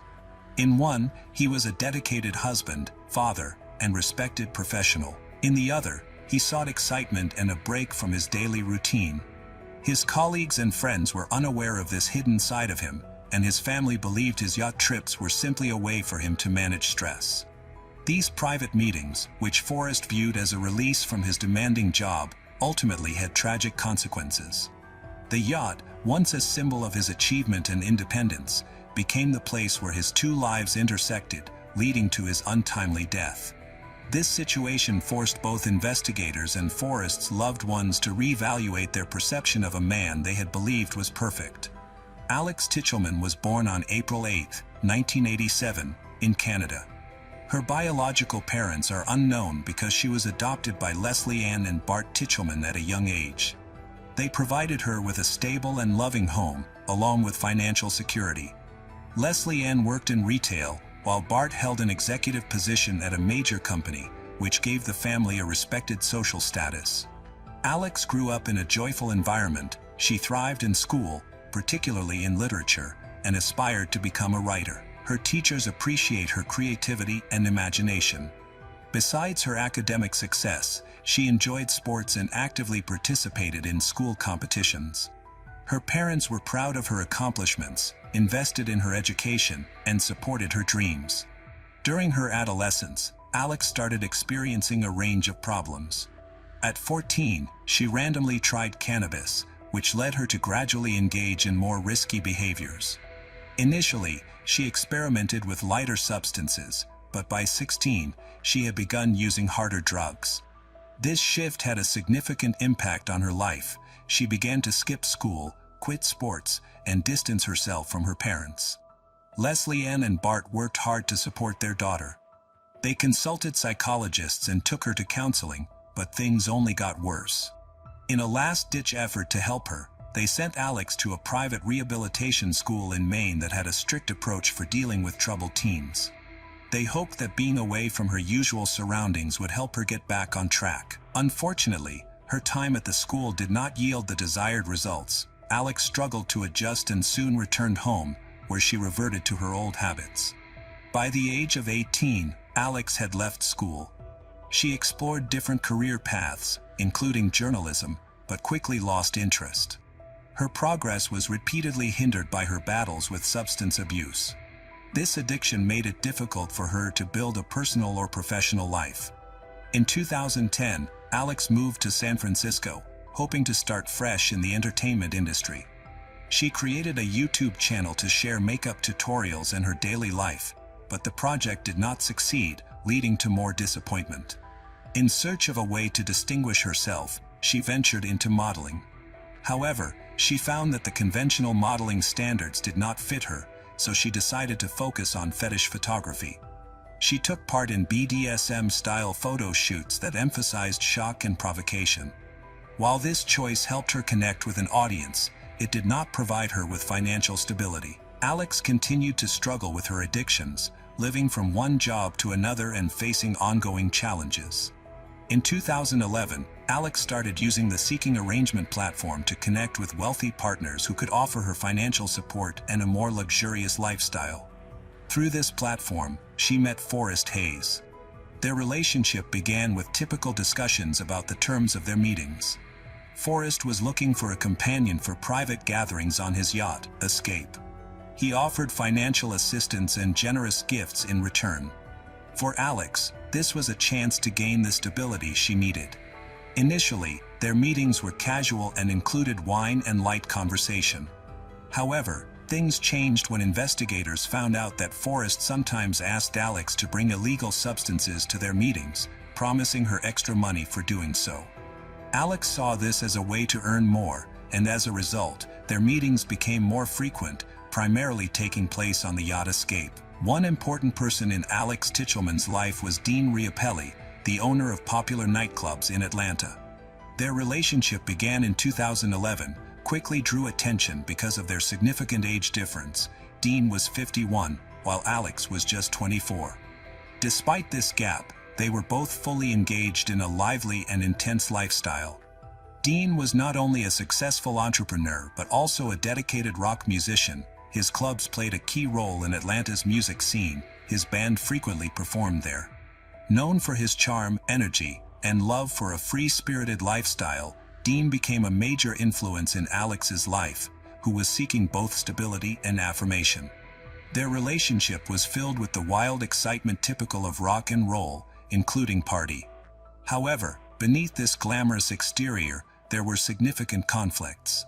Dean's friends and colleagues observed that Alex often triggered arguments. Her impulsive behavior, worsened by alcohol and substance use, made their relationship unstable. In September 2013, just weeks before the unfortunate incident involving Forrest Hayes, Alex reported Dean to the police, claiming he was aggressive. However, when the officers arrived, they discovered a different story.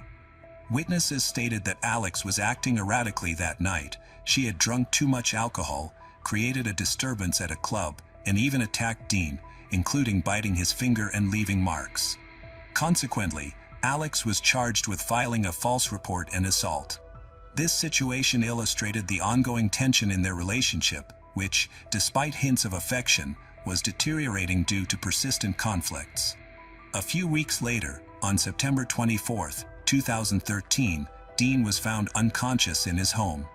Alex called emergency services, stating that he had collapsed after a long night of partying. She said she had briefly gone to the bathroom. When she returned, she found him on the floor. Paramedics arrived and declared him dead at the scene. An autopsy indicated that the cause of death was a heart attack related to an overdose of illegal substances. However, this finding raised doubts among Dean's friends and family, who insisted that he strongly opposed banned substance use and avoided even basic painkillers. Their belief made the official death ruling seem inconsistent. Despite their concerns, the case was closed due to lack of evidence of foul play. Dean's death, initially deemed accidental, came back into the spotlight in 2014 when Alex was arrested in connection with the case of Forrest Hayes. During the investigation, police found similarities between the two cases. The substances linked to Forrest's death were the same as those found in Dean's system. This discovery led to the reopening of Dean's case. Additionally, Alex's mysterious social media posts heightened suspicions. Dean's family supported the reopening of the case, arguing that the original investigation was too superficial. They believed Alex's involvement with illegal substances indicated that she might have played a role in Dean's death, but no solid evidence was ever found to connect her directly to the incident. Despite the renewed investigation, Dean's case remains officially closed, and Alex's suspected involvement has never been proven. This uncertainty continues to leave unanswered questions. Investigators were able to piece together the events from the night Forrest was found dead using evidence, witness statements, and video footage from cameras on the yacht. On November 22, 2013, Forrest arrived at the yacht named Escape in the afternoon, as was his usual routine, and boarded by himself. Soon after, Alex joined him on the yacht. According to the captain, Forrest had asked the crew to leave for the evening because he wanted privacy and a relaxing night. The functioning cameras on the yacht captured footage of Forrest and Alex in the main cabin, where they were talking, laughing, and drinking wine. Alex brought a bag, which was later found to contain banned substance and syringes. As the night went on, their conversation became more informal, and Alex took out a syringe filled with a substance. She injected herself first and then offered it to Forrest, who accepted. The camera recorded the moment she injected him. Shortly after being injected, Forrest's health quickly worsened. He lost consciousness and collapsed on the couch. At first, Alex did not realize the seriousness of the situation. She kept drinking her wine and looking around the cabin. Eventually, she tried to wake Forrest by shaking him, but he did not respond. Frightened when she realized he was not waking up, Alex began to panic. She hurriedly packed her belongings, including the syringes and leftover drugs, in an effort to eliminate potential evidence. She also wiped the wine glass she had used to remove her lipstick marks, although she missed some of them. The video showed her quickly drawing the cabin curtains, checking the area to ensure no clear evidence of her was left. Afterward, Alex left the yacht without informing anyone of what had occurred, leaving Forrest unconscious on the couch. For several hours, no one checked on him. It was only later, when Forrest's worried wife reached out to the captain, that he returned to the yacht and found Forrest's lifeless body. The investigation found that Alex attempted to go into hiding after the incident. She turned off her phone and left the marina to avoid being found. However, video footage from the yacht, lipstick marks on a wine glass, fingerprints, and text messages exchanged between Forrest and Alex on his phone helped investigators reconstruct what happened. Alex's behavior on the yacht suggested she played a significant role in the tragedy. A critical question still lingered: was the injection intentional, or was it a reckless choice? Once Alex was identified as a main suspect in Forrest Hayes' death, law enforcement initiated a manhunt to find her. After the incident, Alex disappeared, which further fueled suspicions about her involvement. With her phone off and her previously active social media account silent, tracking her became increasingly difficult. Investigators developed a strategy to track down Alex using her profile on Seeking Arrangement. This app became crucial for locating her. They created a fake profile of a wealthy man looking for new companions. Despite trying to stay low-key, Alex couldn't resist the promise of financial benefit and agreed to a meeting. After several days of communication, she set up a rendezvous at a quiet location in California. When Alex arrived, she was arrested by law enforcement. The operation went smoothly. She did not resist arrest, though her demeanor was described as calm and indifferent. During the arrest, she claimed not to understand the charges against her, but she was soon formally charged with second-degree manslaughter, evidence tampering, and illegal distribution of controlled substances. The trial began in early 2014 and quickly attracted media attention because of Alex's appearance and controversial background. She became known as the beauty-turned-criminal. Her photos, past interviews, and courtroom behavior were frequently discussed. Alex maintained a calm and confident demeanor, often dressing stylishly, which elicited mixed reactions from the public. The prosecution argued that Alex was fully aware of the risks involved in her actions. They presented video evidence from the yacht showing her giving an injection to Forrest and then leaving without helping him. They claimed this showed her indifference and attempts to avoid responsibility. In contrast, Alex's defense team argued that she acted at Forrest's request, did not intend to cause harm. They maintained that his death was a tragic accident and that she left in a panic. They also pointed out that Forrest had requested the substances and consented to the injection. Public opinion was sharply divided. Some viewed Alex as a heartless criminal responsible for the death of a successful and respected man, while others saw her as a victim of circumstance, questioning the ethics of Forrest's actions, including his use of a dating app and engagement in risky behavior.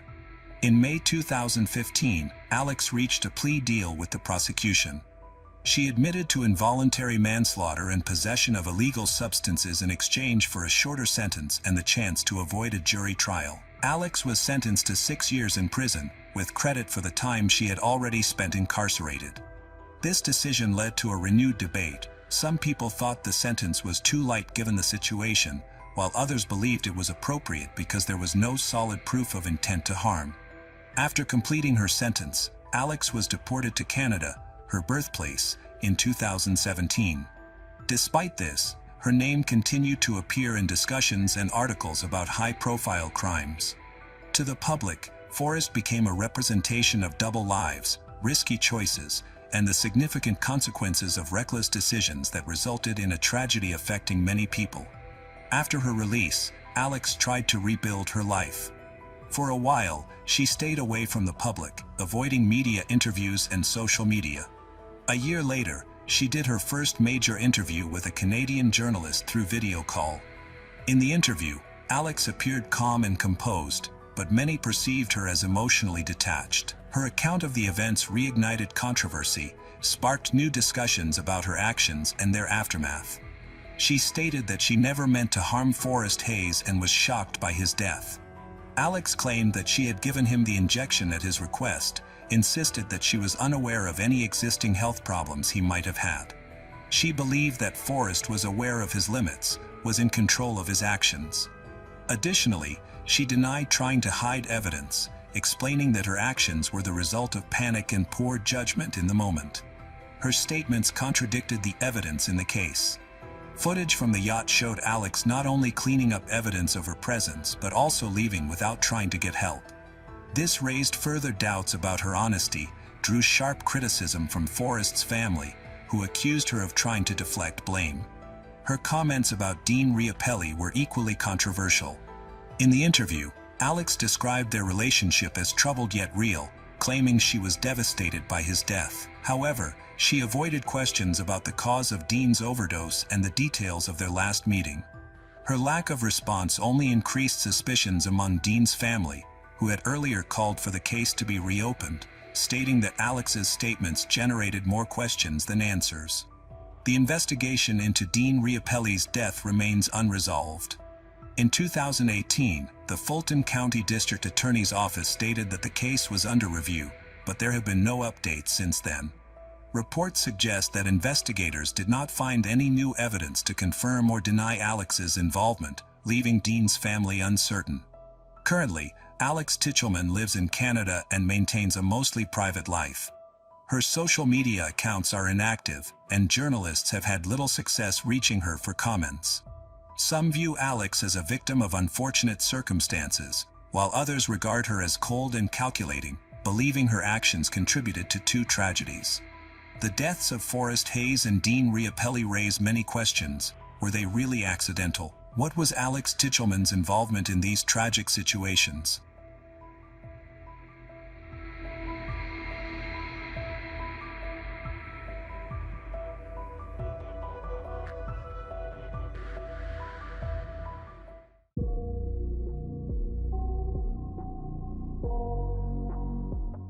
In May 2023, police in Spain received a troubling call from a peaceful neighborhood in Torremolinos. Inside one of the apartments, they found the body of a young woman who had been stabbed multiple times. The suspect managed to escape but was caught a few hours later at a nearby cafe. However, this tragedy was just the starting point for a string of discoveries that connected to a case that had remained unsolved for 9 years. Behind the wall of a different apartment, investigators uncovered evidence that stunned even the most seasoned forensic professionals. In 2011, Sabora Gagani lived with her boyfriend Marco Gayo Romeo in a small house in Torremolinos, Spain, close to the beaches. On the surface, their life appeared stable. Sabora worked as a waitress, and Marco was a chef. She frequently called her mother, Elisabetta, to reassure her that everything was fine. However, Beneath this facade of stability were serious issues that became more apparent over time. When Elisabetta visited, she could immediately sense the tension in their home. Arguments between Sabora and Marco happened even in front of her. Elisabetta noticed that Sabora often tried to excuse Marco's jealousy and anger, attributing them to temporary difficulties. Yet, Elisabetta believed that their problems were much deeper than everyday challenges. Just 2 years ago, Sabora was a very different person. Sabora was born on September 14, 1991, in Albania. She was known for her vibrant and cheerful nature from an early age. After her parents divorced, her mother, Elisabetta, relocated with her children to Rome, Italy, where they began anew. Sabora quickly became well-liked by her peers, earning the nickname Tibi because of her lively and warm personality. Despite facing financial difficulties, she was determined to help her family. She began working as a waitress at a young age but never lost sight of her dreams. Her natural beauty, slim figure, and success in a local beauty contest opened doors to the modeling industry. However, her greatest aspiration was to become a teacher, as she truly loved working with children. Things started to change when Sabora turned 18. At a cafe, she met Marco, a 31-year-old man whose charm and confidence immediately attracted her. At that time, she knew very little about him. He was divorced, had a sister, and seemed eager to start anew. However, beneath this appealing exterior was a troubled past. Marco had a reputation for aggressive behavior and issues with substance abuse, which had led to multiple encounters with the police. Despite these red flags, Sabora was drawn to his charisma and chose to ignore the warnings. A year into their relationship, Marco proposed that Sabora move with him to Spain, claiming that there were better job opportunities there than in Italy. Elisabetta tried to convince her against it, expressing doubts about Marco's intentions, but Sabora was determined. She believed this move would be the start of a new chapter where she and Marco could create a happy life together. Initially, Spain seemed like a great opportunity for Sabora and Marco. Sabora quickly secured a job as a waitress, while Marco found work as a pizza chef. They rented a cozy home, and Sabora shared her hopeful plans with her mother. Unfortunately, their stability didn't last long. Marco started losing job after job, often blaming his employers for his failures. His frustration and jealousy intensified, leading to a rise in his aggressive behavior, which escalated from small disagreements to serious conflicts. When Elisabetta visited Spain to check on Sabora, she was taken aback by the situation. Sabora, once vibrant, confident, now appeared withdrawn and subdued. Marco showed his irritation openly in Elisabetta's presence. Their arguments became louder. Despite these significant issues, Sabora continued to defend Marco, reassuring her mother that everything would get better. Those who knew Sabora were confused about why she ignored the warning signs in her relationship. She may have looked to Marco for the support and stability she missed during her childhood. When her family moved from Albania to Italy, they faced many challenges.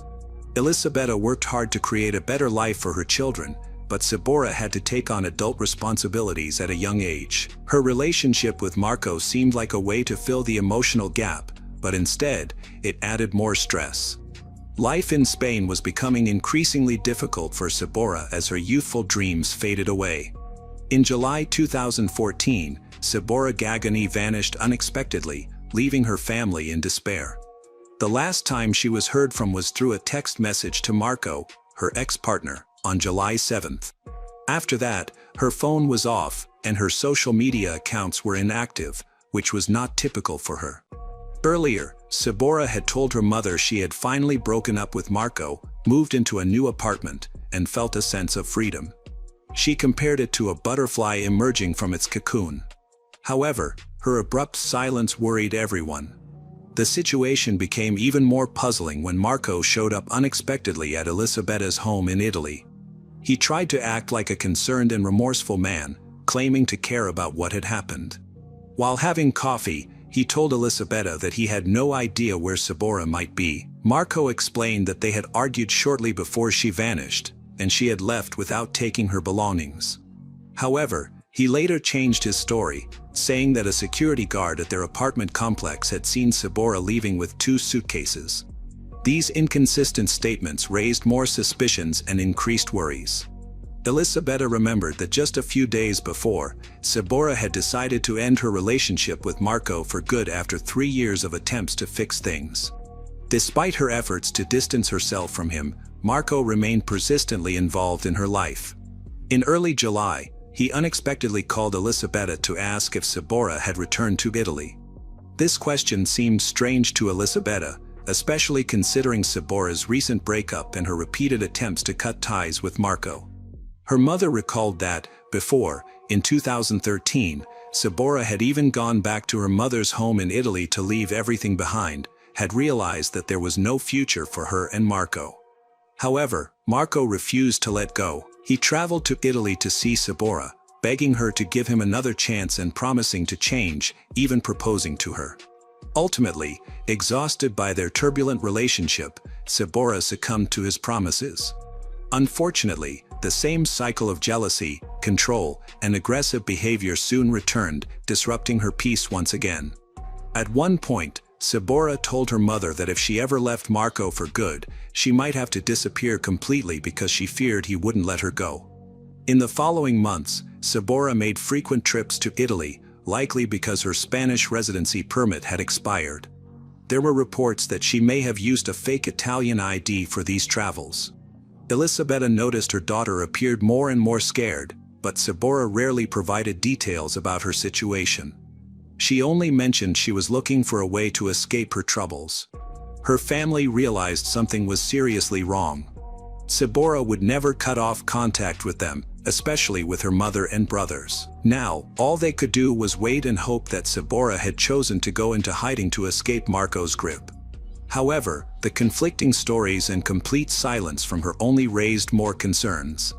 By 2015, the investigation into Sabora's disappearance had not made significant progress, despite the efforts of her family and law enforcement.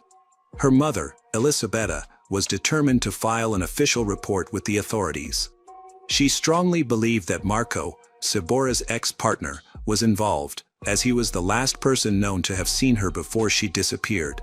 His behavior during the investigation only deepened suspicions.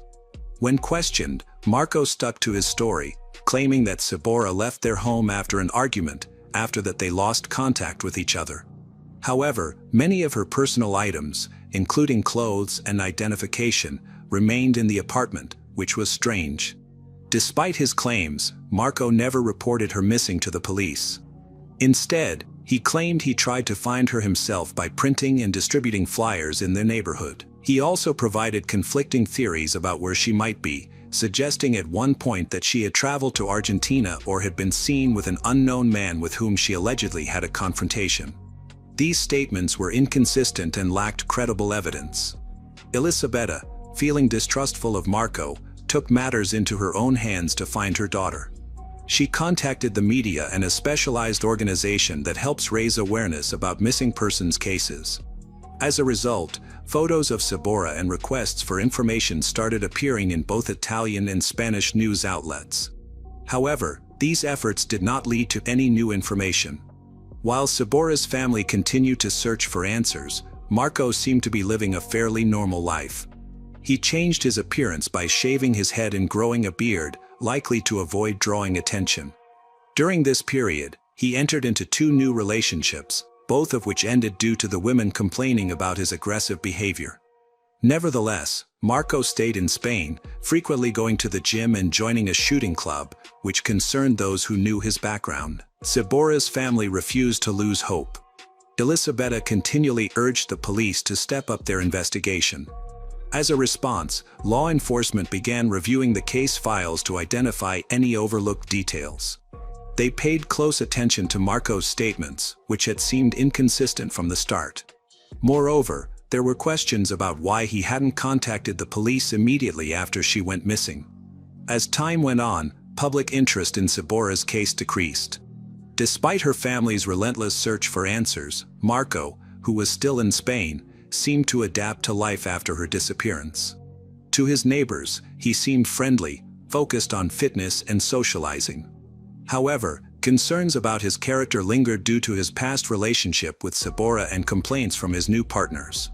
While Sabora's family held on to hope for updates, the investigation remained stalled. Authorities broadened their search using international missing persons databases, but these efforts produced no leads. For those who knew Sabora well, the uncertainty about her fate was agonizing. By 2023, Marco seemed to have changed his life for the better. He was now living with a new partner, Paula, and they had a child together. Yet, beneath this seemingly fresh start, the same problems that troubled Marco for years persisted. His relationship with Paula was unstable. She confided in close friends and co-workers about experiencing physical abuse from him. During this time, Marco had difficulty maintaining a steady job, which made their financial situation worse. Over time, Paula became more aware of the challenges in Paula and Marco's relationship.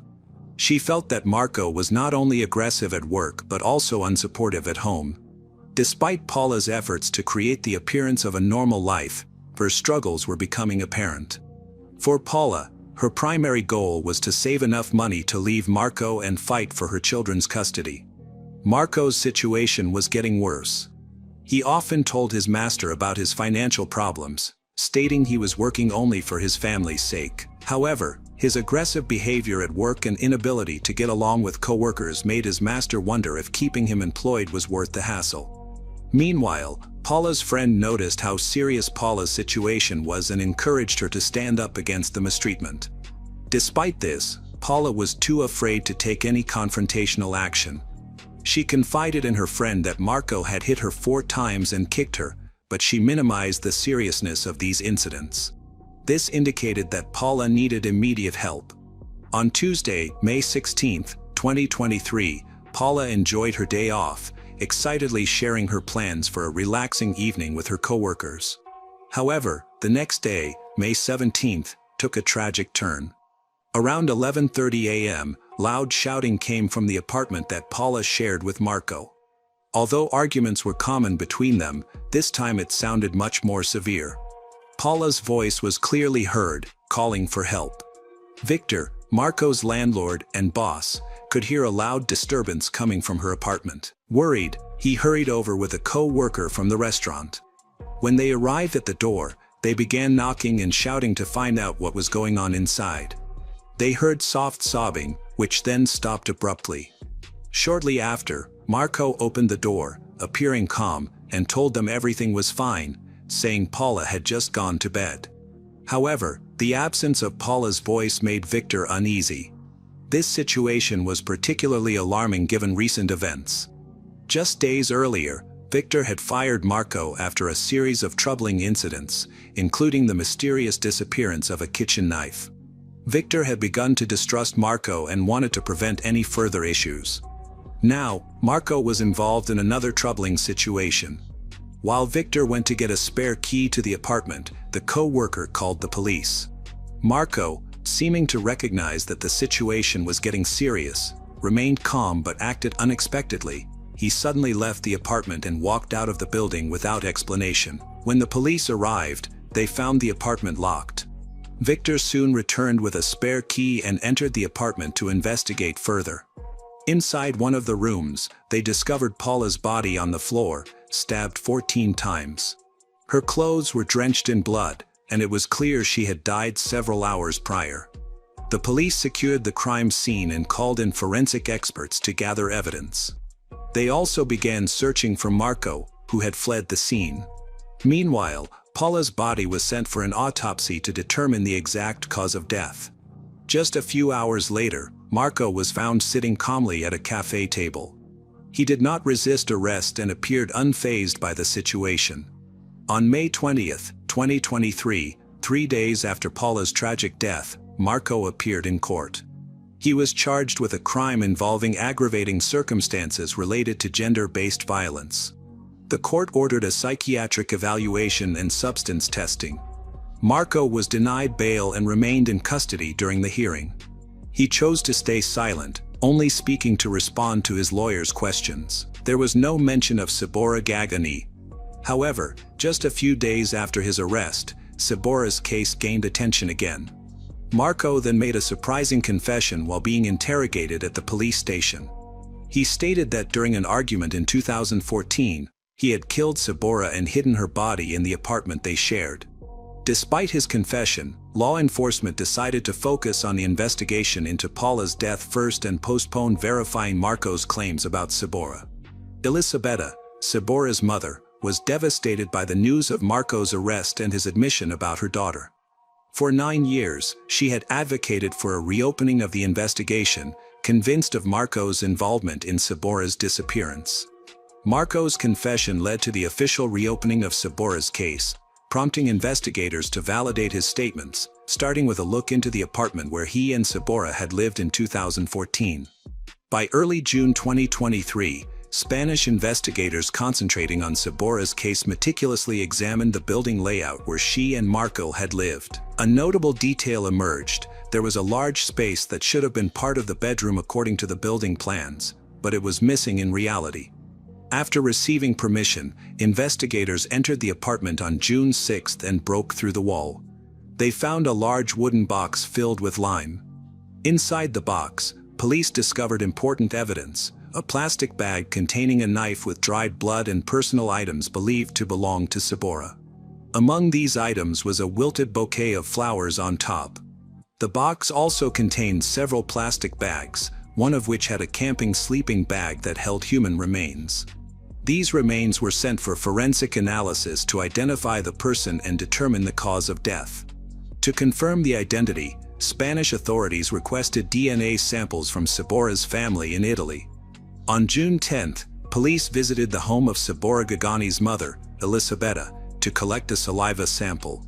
The DNA results confirmed that the recovered remains belonged to Sabora. In the week that followed, new information about Marco's actions came to light. During interrogations in Spain, he claimed to have tried to dispose of the body using acid, but this claim could not be verified. Investigators observed that Marco often changed his statements. For Elisabetta, the confirmation of her daughter's remains was heartbreaking. After 9 years of uncertainty, she felt her hope had been taken away, although she had never stopped seeking answers about what happened to her daughter. Over the years, her life had changed significantly. Sabora's father passed away from illness without ever discovering the truth about his daughter. Although her efforts ultimately led to answers, they also brought a bittersweet feeling of closure. Forensic experts are continuing to analyze the evidence collected from the location where Sabora's remains were discovered. A knife found in a plastic bag has been sent for testing to check for biological traces that might connect it to Marco. At the same time, Spanish investigators are working with their Italian colleagues to gather additional materials related to Sabora's disappearance. Although there is evidence against him and he initially confessed to being involved in Sabora's death, including disclosing where her remains were located, he later took back his confession. Marco's lawyer claims that his statements were made under pressure and should not be accepted as evidence in court.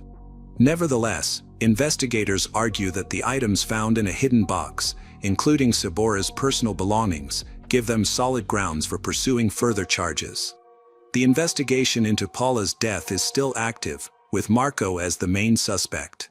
In January 2024, several months after the discovery of Sabora's remains, her family was finally able to hold a burial after all forensic examinations were completed. Her remains were returned to her loved ones in Italy, where friends and family gathered to say their final goodbyes. As a tribute, they released balloons into the sky, each carrying heartfelt messages of hope and farewell. Meanwhile, significant attention was on the ongoing legal case against Marco, who was facing charges related to Paula's death. During a hearing on January 30, 2024, Marco presented a handwritten 17-page letter admitting his responsibility for Paula's death, but he included many conditions. He stated that the conflict stemmed from ongoing arguments about shared debts and her infidelity. Marco claimed that he used excessive force in self-defense during the altercation, which led to the tragedy. Marco admitted certain things about Paula, but he was unwilling to give detailed information about Sabora's case. He confirmed that he wrapped her body in plastic, placed it in a wooden box, covered it with flowers, added lime, and sealed it in a wall. However, he insisted that he was not responsible for her death, claiming that his actions were driven by fear of the situation. During the trial, Marco changed his story about how Sabora died, providing a completely different account. He claimed that the Albanian mafia, which he said he was involved with due to debts, was the one who killed her. According to Marco, he had borrowed €25,000 to start a brothel, but the money was stolen. When he couldn't repay the debt, he said 4 men came to his house, and during an argument, one of them killed Sabora.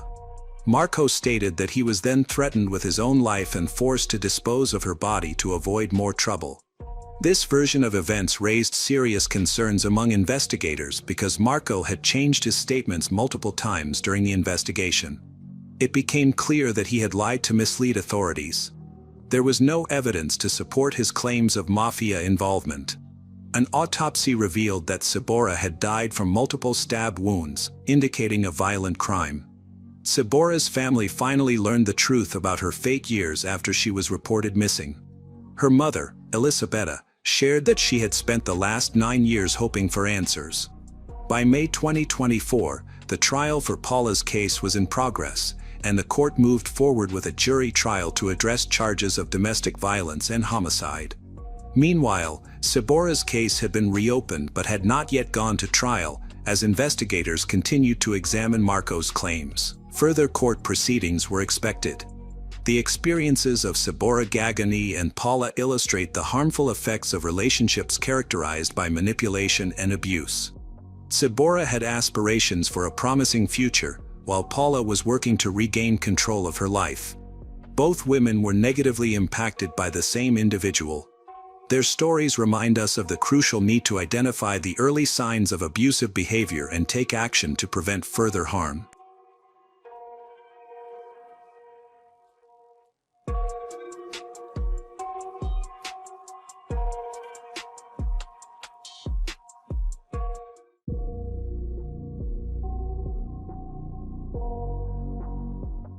In the Italian province of Bergamo, the municipality of Cologno al Sirios has around 10,000 residents. Femicides are a significant concern here, with many women being harmed by their former or current partners. In 2019, Zinaida Solinari, a 36-year-old woman originally from a small village in Moldova, was living in Cologno al Sirios. She had resided in Italy for nearly 15 years and had made some progress toward achieving her dreams. Like many young women who leave their home countries in search of a better life, Zinaida aimed to establish herself abroad. She arrived in Italy in 2004 at the age of 21, hoping to find employment and eventually a husband to create a happy life. Right after moving to Bergamo, Zinaida began her new life and work. She was a vibrant and attractive young woman who received a lot of attention from men, but she was not looking for a short-term fling. She wanted to find a husband. A few years later, she met a man named Maurizio Quattrochi, who was 11 years older than her. He appeared trustworthy and kind. She was immediately drawn to him. It's important to mention that Zinaida lived with her daughter, whom she had at the age of 16. At the time of their move, her daughter was 5 years old. Maurizio welcomed her daughter as if she were his own and later adopted her. Zinaida hadn't yet made many friends in Bergamo. From the start, Maurizio treated her and her daughter beautifully, offering a sense of security that won Zinaida over. They began a relationship that quickly became serious. Maurizio was a painter and bricklayer with a troubled past that included several criminal offenses, which he chose not to share with Zinaida, a fact she later discovered. He had been convicted multiple times for buying stolen property and had several instances of driving under the influence. Despite this history, he treated Zinaida and her daughter with great care. In late 2004, they married. The following year they welcomed their first daughter, with a second daughter arriving 4 years later. Maurizio was dedicated to his family, but he had a fiery temperament. Zinaida affectionately called him a hot Italian, believing it to be part of his charm. She worked to smooth over any tensions. For many years, their relationship appeared loving and understanding. However, beneath the surface, there were troubling issues. Zinaida's family soon learned about Mauricio's bad temper. He was impulsive and aggressive.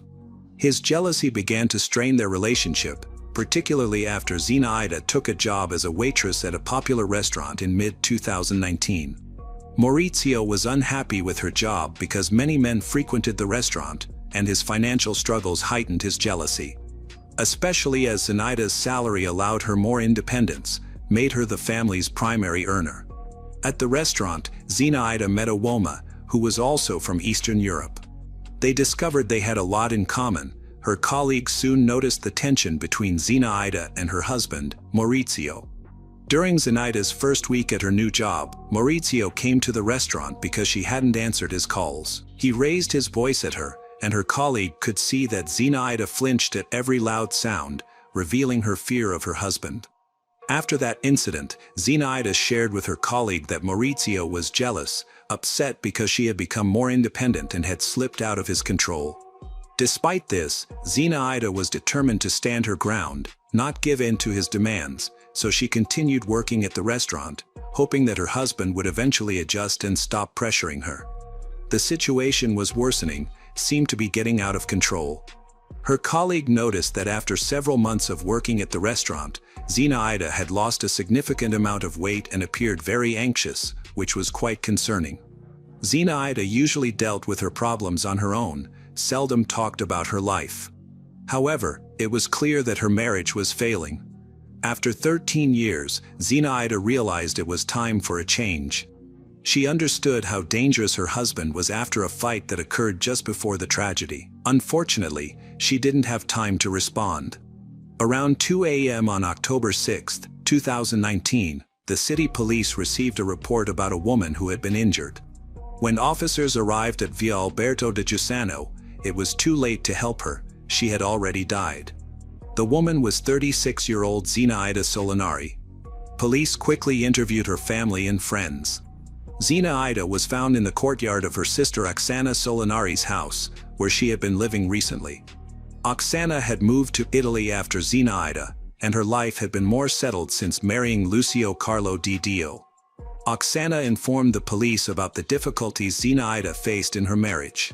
She believed the event was a result of Mauricio's ongoing aggressive behavior. Just before the tragedy, Zenaida had made the decision to leave her husband, believing it was her only option after a recent family conflict. In private, Zenaida confided in Oksana that Maurizio had threatened her, saying if she tried to leave, he would kill her and then take his own life. From that point, Zenaida understood that the man she thought was her protector could actually be a serious threat to her safety. She shared her experiences of aggression, physical abuse, and how she had to call the police after her last fight with Maurizio. At that time, Zenaida had 3 children, but her husband was indifferent and consumed by jealousy. He was behaving violently, and it was only when the police arrived that he calmed down. Although Zenaida chose not to file formal charges against him, she spoke to the police out of fear for her safety. She thought that moving out of the house was the best way to protect herself and her children. After leaving, she hoped Maurizio would eventually calm down so they could officially get divorced. However, Zenaida did not recognize that the period when a woman tries to escape the control of an abusive partner is often the most dangerous time, both during the decision to separate and the act of leaving. Zenaida opened up to several friends about her husband's frequent episodes of intense jealousy. She shared that he not only yelled at her but also physically assaulted her. However, when speaking with detectives, she did not mention the threats of violence. She minimized the severity of her situation, claiming that her husband had never physically harmed her until mid-2019, despite his aggressive demeanor and constant emotional pressure. Zenaida believed she could manage her circumstances alone. Just 2 hours before she was murdered, a patrol of carabinieri drove by her sister's house. Oksana was aware that Maurizio was searching for his wife. He had come to visit her that evening and hadn't been seen since. Concerned for safety, Oksana called the police. The carabinieri checked the area but left without finding anything suspicious. Later that evening, Oksana's husband mentioned seeing a car that looked like Mauricio's parked in a dead end, but they could not locate its owner. If the police officers had been more vigilant, they might have noticed something amiss and potentially prevent the crime. Maurizio Quattrochi was 47 years old, had a history of a bad temper. Recently, he lost his job as a bricklayer, a position he had held for several years. This wasn't the first instance of him being fired. He was previously let go from his job as a cook at a pizzeria due to conflicts with management. Although Maurizio had always been aggressive, Zenaida usually managed to calm him down. However, after losing his job, his anger intensified. He struggled with the pressure of not being able to support his family, which only added to his irritation, especially towards Zenaida's accomplishments. On the evening of October 5th, he was waiting for Zenaida to return home while intoxicated. Just days earlier, Zenaida and her children had moved in with her sister, Oksana, seeking refuge without revealing her plans. She felt there were no other options for support and thought that staying with her sister would allow the children to continue going to their previous school. Zenaida also underestimated the likelihood of Maurizio acting on his threats. She wanted to avoid causing additional stress for their children. The next day after Zenaida moved out, Maurizio quickly found her at his relative's house. They had another uncomfortable conversation, but this time Zenaida chose not to involve the police. She wanted to prevent anyone else from getting hurt and still hoped that Maurizio, with whom she had spent 13 years, would act rationally. Sadly, he had started to see her as an object, making rationality unlikely. Tragically, Zenaida was found outside her sister's house with several stab wounds, some of which were life-threatening. The attacker had cut her throat and stabbed her in the chest, leading to severe blood loss. She died before the ambulance could reach her. At that moment, her 3 daughters were asleep just a few meters away from their mother. When the carabinieri arrived, Maurizio was already gone, having fled the scene of the crime. However, Zenaida's sister had important information about him. Oksana, who was close to her sister, knew details about Mauricio's job, his favorite hangouts, and his car. Her husband, Lucio, noted that an old Peugeot 206 was parked in an alley and that car drove away in it right after the attack. Witnesses provided the police with the vehicle's license plate, allowing them to start the search for him immediately. The police first searched Mauricio's house but found no one there. They then checked his previous workplaces but found them empty as well. He had gone on the run, but there were only a few possible escape routes. The carabinieri were pursuing the suspect and were closing in. However, they worried he might abandon his car and hide in the wilderness. The police monitored checkpoints and cameras along the potential escape paths. Maurizio was quickly located, and a large-scale operation was planned to capture him. They set up checkpoints on the road and stopped cars that matched his description. Despite this, Maurizio managed to briefly slip through the barrier. His escape lasted just under 16 hours. Eventually, a man matching his description was seen walking along the road, several hundred kilometers from the murder scene. Surprisingly, he hadn't traveled far from Oksana's house, as if he was unsure of what to do and was aimlessly wandering while trying to come up with a plan. He was stopped and arrested at the city entrance. The alleged criminal was taken to Treviglio station, charged with first-degree murder, and sent to prison in Bergamo. At this point, Maurizio claimed that Zenaida's death was accidental, insisting he never wanted to hurt his beloved wife. However, her sister, Oksana, reminded him of his earlier threats to kill Zenaida. Oksana was aware that Maurizio had long suspected Zenaida of cheating, frequently accusing her of having affairs with other men, even though there was no truth to those claims. She firmly believed that Zenaida had remained faithful in their marriage, but Maurizio was not convinced. The situation may have worsened due to Mauricio's job loss and Zenaida's newfound independence. She recognized that their family was struggling and that they needed money for basic necessities. Taking a job at a restaurant was her way of supporting herself, her husband, and their children. Unbeknownst to her, this decision stirred intense anger in Maurizio. Rather than being encouraging, he grew increasingly jealous and resentful. His behavior could have been exacerbated by the depression often linked to such issues, but this did not lessen his guilt. Mauricio's behavior was similar to stalking. Maurizio bombarded Zenaida with constant work calls, which severely affected her ability to perform her job. He insisted on constant contact, even asked for photos to prove where she was, what she was doing, and who she was with. Her employer noticed her frequent distractions and advised her to turn off her mobile phone, hoping this would alleviate the situation with her husband. Unfortunately, This only made things worse. Rather than stop his interference, Maurizio started arriving at the restaurant and causing dramatic scenes. Each time, his behavior became more concerning. All these incidents were verified by a friend of Zinaida, whom she met at the restaurant. Although Zinaida preferred not to complain, she shared with her sister that she was overwhelmed by ongoing scandals at home. After long days at work, she would return to face constant accusations of infidelity and jealousy-driven arguments. Trying to defend herself felt pointless. By the end of summer 2019, she experienced physical violence at home for the first time. Instead of addressing their problems and looking for a job, Maurizio turned to drinking, which led to conflicts, left her with bruises. After interviewing the suspect, detectives determined that jealousy was the motive behind this act of femicide. They investigated Mauricio's background to confirm the statements made by Zinaida's relatives and friends. He seemed to be a typical manipulator who was losing control over Zinaida. After losing his last job due to a conflict with his boss, he could only find odd jobs that didn't provide enough income to support the family. This situation led him to alcoholism and increasingly abusive behavior. In contrast, Zinaida was working as a waitress and occasionally as a hotel maid. She also earned extra income through modeling.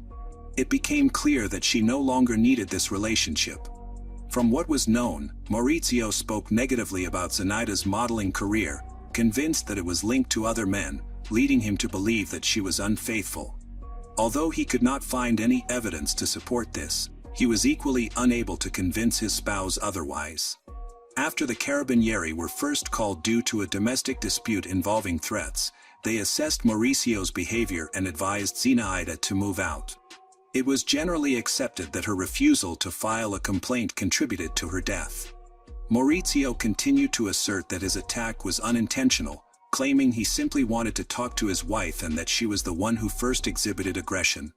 However, the evidence gathered during the investigation contradicted these assertions.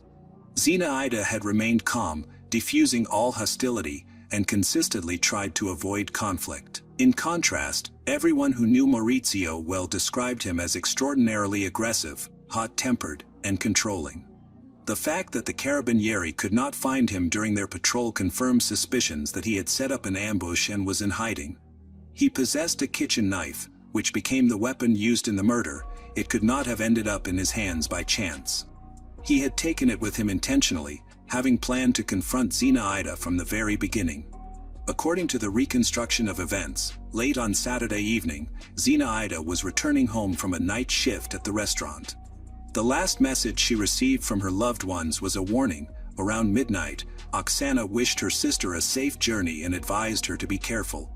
When speaking to the police, Oksana expressed that she had a bad feeling, which is why she wrote this message to Zinaida. She had no idea that the future killer was already waiting for his victim outside the house. Zinaida barely managed to stop near the gate of Oksana's house and got out of her car. She had walked only 3 meters when Maurizio attacked her with a kitchen knife, striking her several times with force. However, Zinaida did not lose consciousness. Instead, she began to scream. This noise awakened her neighbors and her sister, who called for help. Unfortunately, the criminal had enough time to inflict a fatal wound on his victim. Even after the neighbors raised a ruckus, he continued the attack, unable to control the anger fueled by jealousy. Realizing what had happened, Maurizio jumped into his car and began to flee. However, this reckless escape was ill-conceived, as there was nowhere for him to hide. The day of Zinaida Solinari's funeral was declared a day of mourning in the city. This tragic news shocked not only the numerous members of the city's Moldovan community but also all other residents. Flags were lowered, and many local establishments were closed. A memorial service was held, attended by an Orthodox priest from Bergamo. Hundreds of concerned citizens came to the church for the vigil, all appalled by the tragic fate of this kind and beautiful woman. White flowers lay on the white coffin, and red ribbons, a symbol of the fight against femicide, were tied at the feet of local residents. Red roses were placed around a fountain in the main square, and candles were lit. Meanwhile, the suspect remained defiant. His story changed several times, resulting in no one believing him anymore. During another interrogation, Maurizio claimed that the meeting was simply to communicate with his wife. After consuming a considerable amount of alcohol, he insisted that he felt a surge of jealousy, which had become increasingly frequent. Throughout the day, he had contacted his wife. Even if Maurizio genuinely wanted to know what his wife was doing that evening, the response did not satisfy him. He attacked her while checking her mobile phone. The Carabinieri discovered that earlier that evening, at about 6 p.m., Oksana had informed her that Maurizio had come to her house looking to see his children. Naturally, Zinaida refused, as she immediately noticed that he was drunk. She told him he could only see his daughters the next day when he had sobered up. This likely intensified Mauricio's jealousy, suggesting that he may have been lying in wait near the house for several hours before attacking his victim. Initially, Maurizio insisted that it was all an accident, then claimed he did not remember anything. His final explanation was that he did not want to kill Zinaida but was unable to control himself due to jealousy. His lies did not clarify whether he had truly been waiting there all that time with a knife or if he had left and returned after the Carabinieri had checked the area. Maurizio maintained that he could not recall anything because of the alcohol he had consumed and even denied bringing a knife with him, claiming he could have found it near his sister Zinaida's house. During interrogations, he also stated that his wife loved him, that she did not deserve such an end, that he believed until the very end that they could be together again and everything would work out. Oksana and Lucio countered this claim, stating that it was a lie. Zinaida had fled because she was afraid of him, felt under constant pressure and control. At the hearing, one of the first to speak was her sister, 32-year-old Oksana. She recounted how she heard a muffled cry for help in her sleep. Instinctively, she felt it was Zinaida. Upon opening her eyes, she heard it again and realized she was right. She immediately woke her husband, and together they rushed into the street, where they saw Maurizio. The attack was ongoing. He was holding Zinaida by the throat, striking her repeatedly. The prosecutor's office rightly labeled this act an extreme form of cruelty, as the criminal was completely out of control. Even in front of witnesses, the assault continued. This brutal act left 3 children without a mother and father. Oksana's words were substantiated by her husband, Lucio, his brother, Alessandro, and her neighbor, Riccardo Pacini. They all witnessed the moment of the attack but did not have time to intervene. Everything happened too quickly. When they approached, Maurizio fled. Zinaida's 18-year-old daughter, Vitalia, also participated in the trial. Mauricio's 2 youngest daughters, aged 9 and 13, were not present in the courtroom. They did not want to interact with their father, who had left them orphaned. The girls were placed in Oksana's care. During the hearing, a forensic expert testified that he found 18 wounds on Zinaida's body. 3 of these wounds were inflicted on her face and were identified as defensive injuries on the victim's arms. Another 8 wounds were located on her neck, indicating that this was likely the target area of the killer, as his actions did not correspond with typical unintentional murder. One of the most dangerous blows punctured the aorta at the base of her neck, resulting in severe bleeding. Just a few minutes later, Zinaida lost consciousness and subsequently died.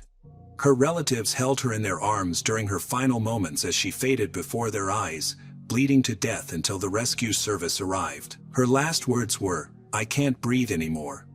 Only after hearing her last words did he decide to flee. At that moment, a kitchen knife fell to the ground, which was later found by the police. The prosecution insisted that the attack was premeditated, as the knife found matched one from Mauricio's kitchen set, which was missing from his home. The lawyer tried to justify the defendant in an implausible manner, claiming that he had found a blade near his sister Zinaida's house. Despite this, Mauricio's lawyer continued to advocate for a mitigated sentence and insisted on a psychiatric examination.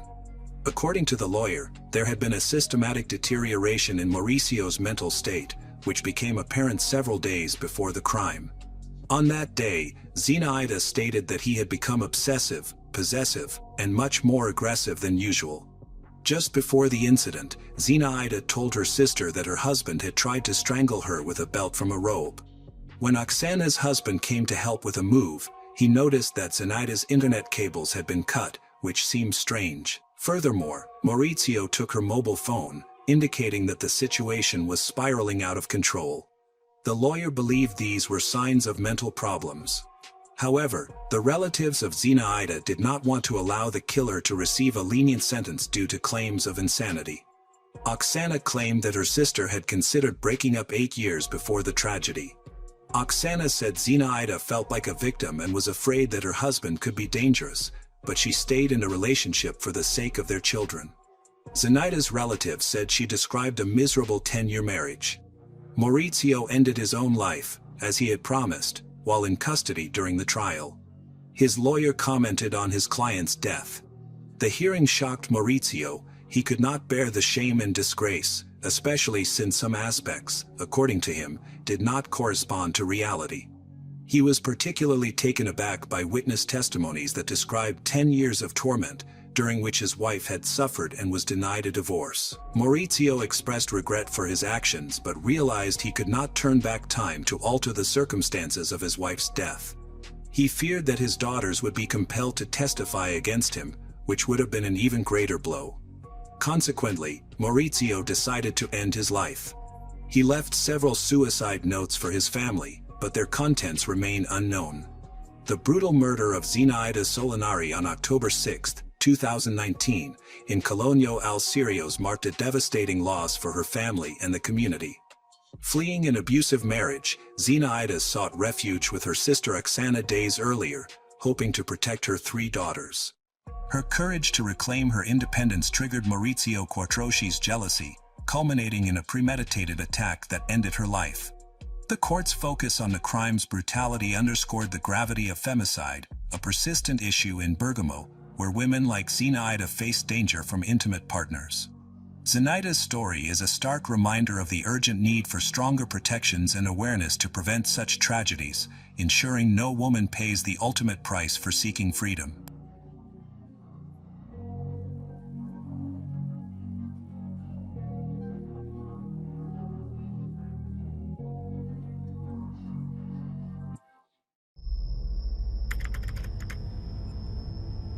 In life, finding a true friend is like grabbing a lifeline. Someone who stands by you through every storm, who protects your secrets, and who becomes your family when your own flesh and blood turn away. But what happens when that bond, the very trust that once saved you, transforms into the sharpest betrayal imaginable? Tonight's story isn't just about friendship, it's about a loyalty so twisted it became lethal, a trust so broken it ended in horror. At the center of the story is Misty Mayo, a young mother who thought she had found a sister in Christine Smith. However, she was faced with an unimaginable betrayal, and it ultimately cost her her life. Stay with us, because what you're about to hear is not just a crime. It's a chilling reminder that sometimes the person you trust the most can be the one who destroys you. Springtown, Texas, is a small town known for its peaceful lifestyle, and it is where Christine Smith grew up as the middle child in a family of 5. Her childhood was carefree until tragedy struck when her father died when she was just 10 years old. This loss deeply affected Christine, especially since she had always been close to her father. After some time, her mother started dating another man, and they quickly got married. She struggled to accept her stepfather, feeling that he could never replace her dad. As she entered her teenage years, her relationship with her mother also became strained. By the age of 14, she was acting out, feeling increasingly isolated and unsupported. She craved understanding and connection. Misty Mayo grew up in Fort Worth, Texas, not far from Springtown. As a child, she liked the city. Unaware of its dangers, her protective family kept a close watch on her. But crime was prevalent in Fort Worth, influencing some of her siblings' lives. This challenging environment has shaped her strong and fearless personality. She was known for speaking her mind, often appearing rude to strangers but being genuine and brave. While Christine came from a large family, Misty's was even bigger, with 7 children in total. Being one of the youngest, Misty had to assert herself to be heard, which helped her build confidence. Her family eventually moved to Springtown, attracted by its quieter atmosphere. which was suitable for raising children. Misty adapted quickly to her new town and started attending high school, where she met Christine, who was a year younger. Despite being different, they became fast friends, spending all their free time together. Christine was calm and reserved, while Misty was bold and somewhat aggressive. However, their shared interests in music and fashion helped them bond, even dressing alike at times. As Christine's struggles with her stepfather intensified in high school, she decided to run away from home in early 1999. She confided in Misty, who supported her. They skipped school to plan their escape, but Misty's brothers found them and brought them back home. Christine continued to feel uncomfortable living with her stepfather, which led her to spend more time at Misty's household, where she was welcomed as a part of the family. Meanwhile, Christine's behavior deteriorated as she entered adolescence. She began dating a boy whom her family disapproved of, particularly due to his race. They believed she was trying to provoke them. Christine insisted that she loved him. At 15, she discovered she was pregnant while still in that relationship. When her family found out, they were furious, especially when she refused to have an abortion.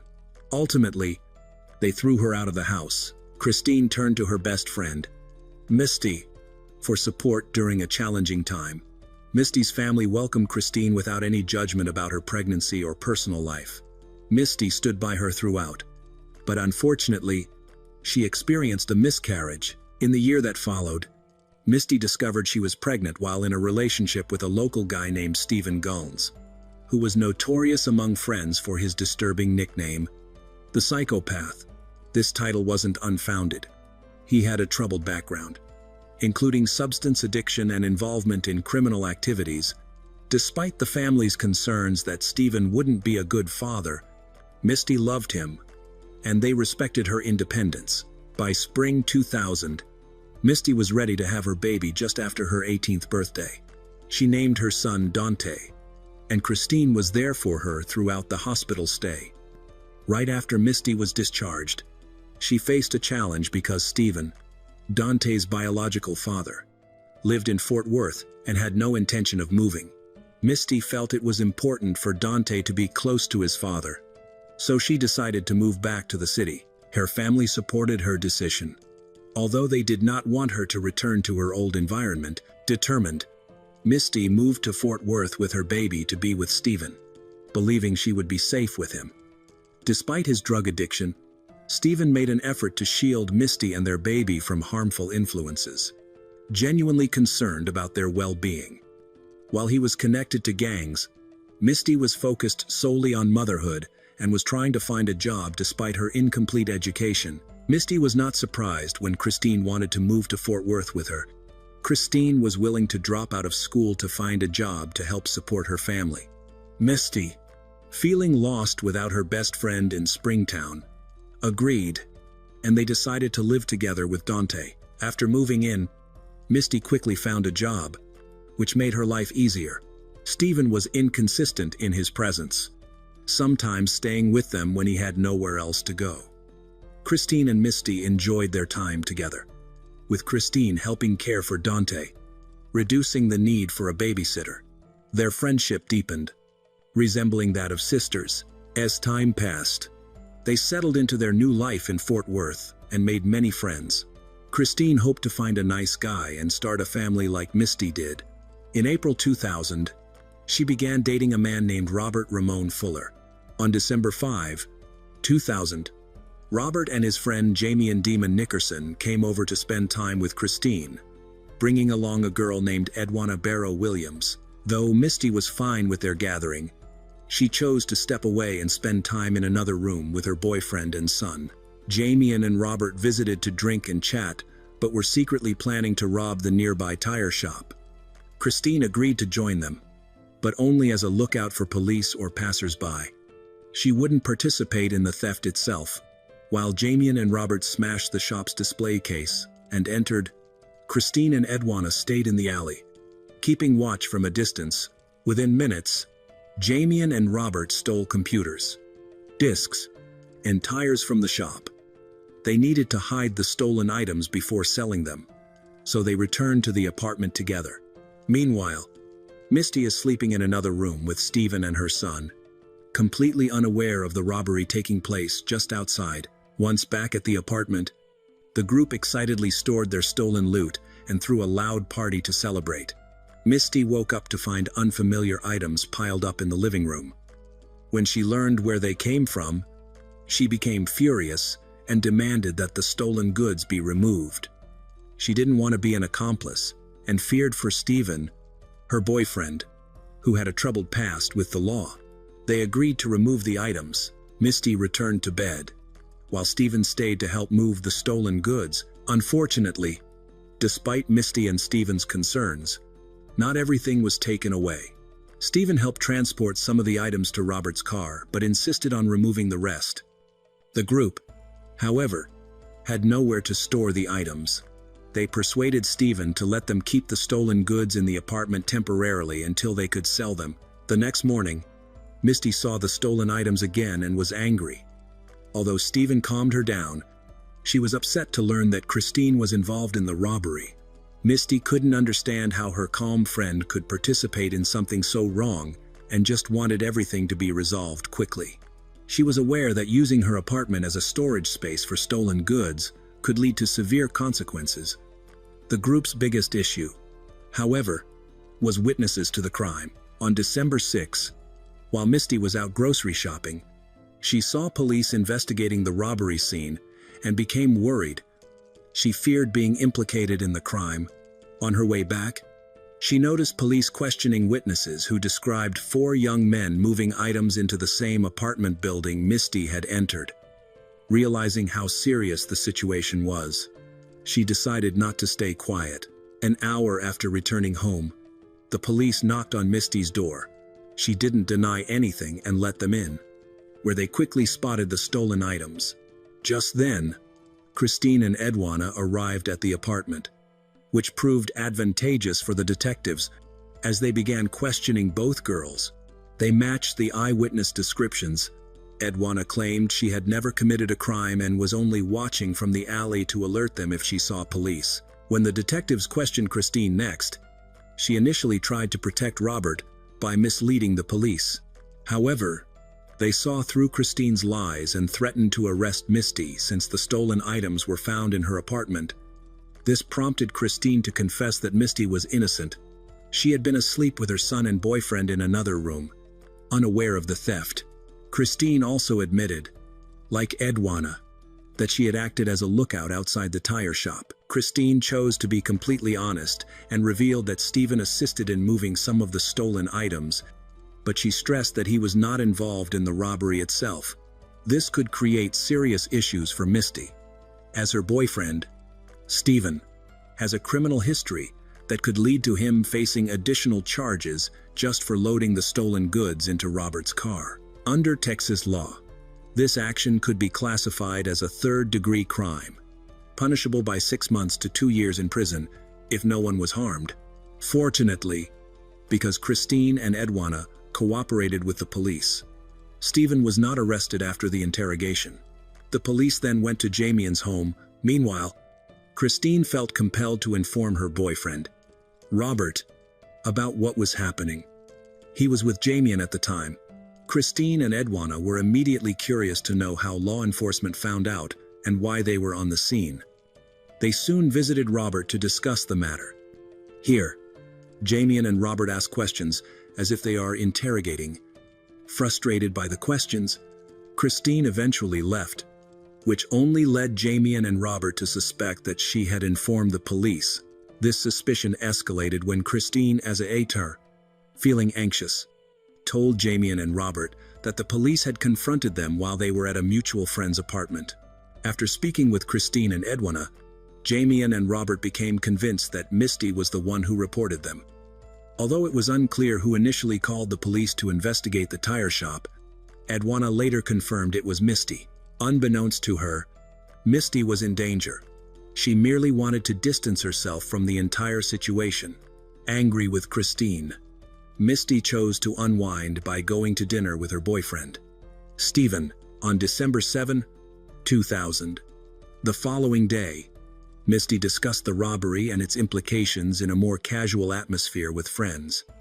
At 9:00 p.m. that evening, Stephen waited at a restaurant for Misty, who was unusually late.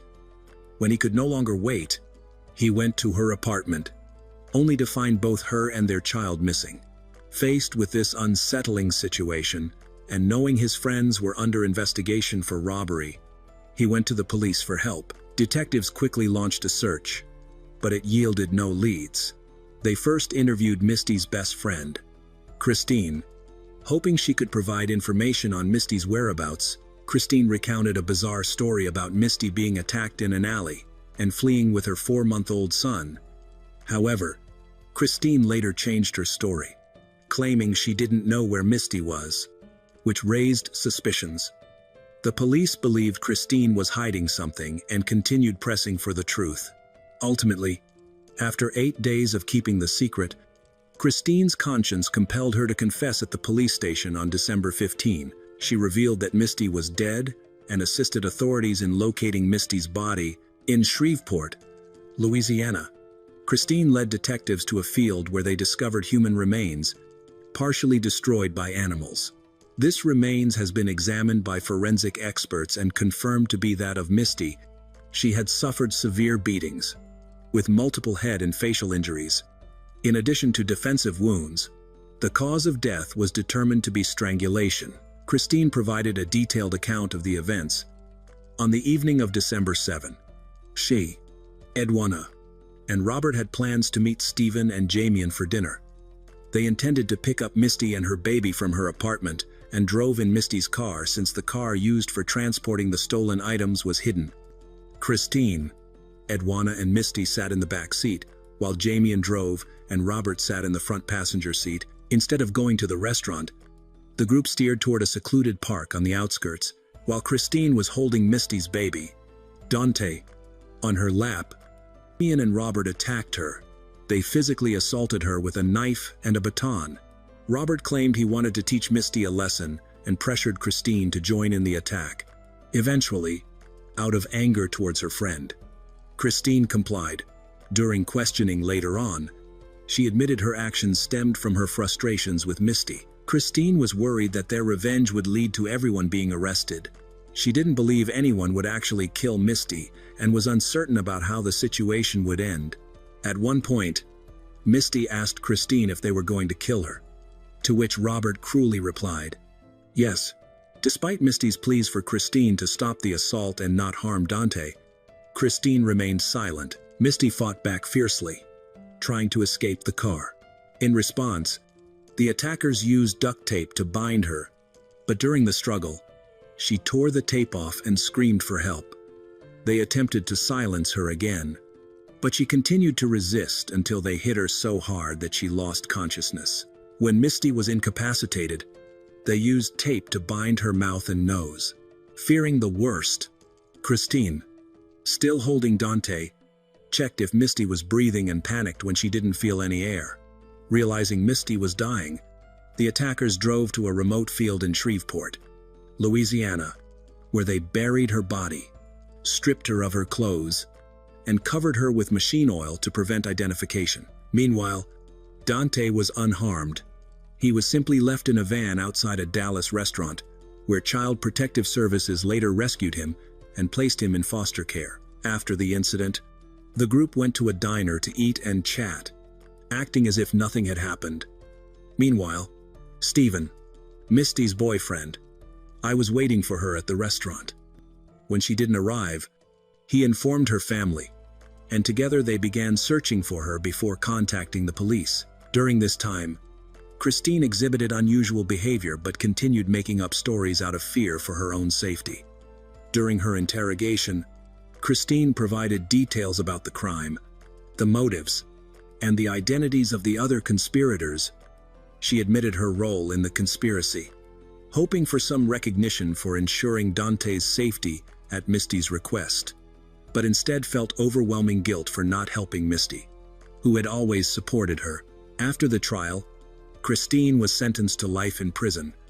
She expressed remorse and sought forgiveness from Misty's family during the trial, but her efforts were met with rejection. She was viewed as a traitor.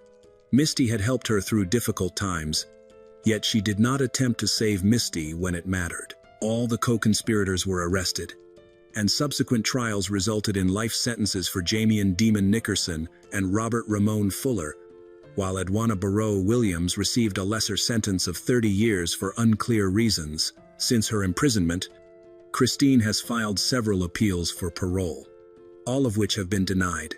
Nevertheless, she continues to seek a lighter sentence and has spoken to journalists about her remorse, claiming she would do anything to reverse the events. In one interview, she mentioned that Misty visited her in a dream and expressed forgiveness for her.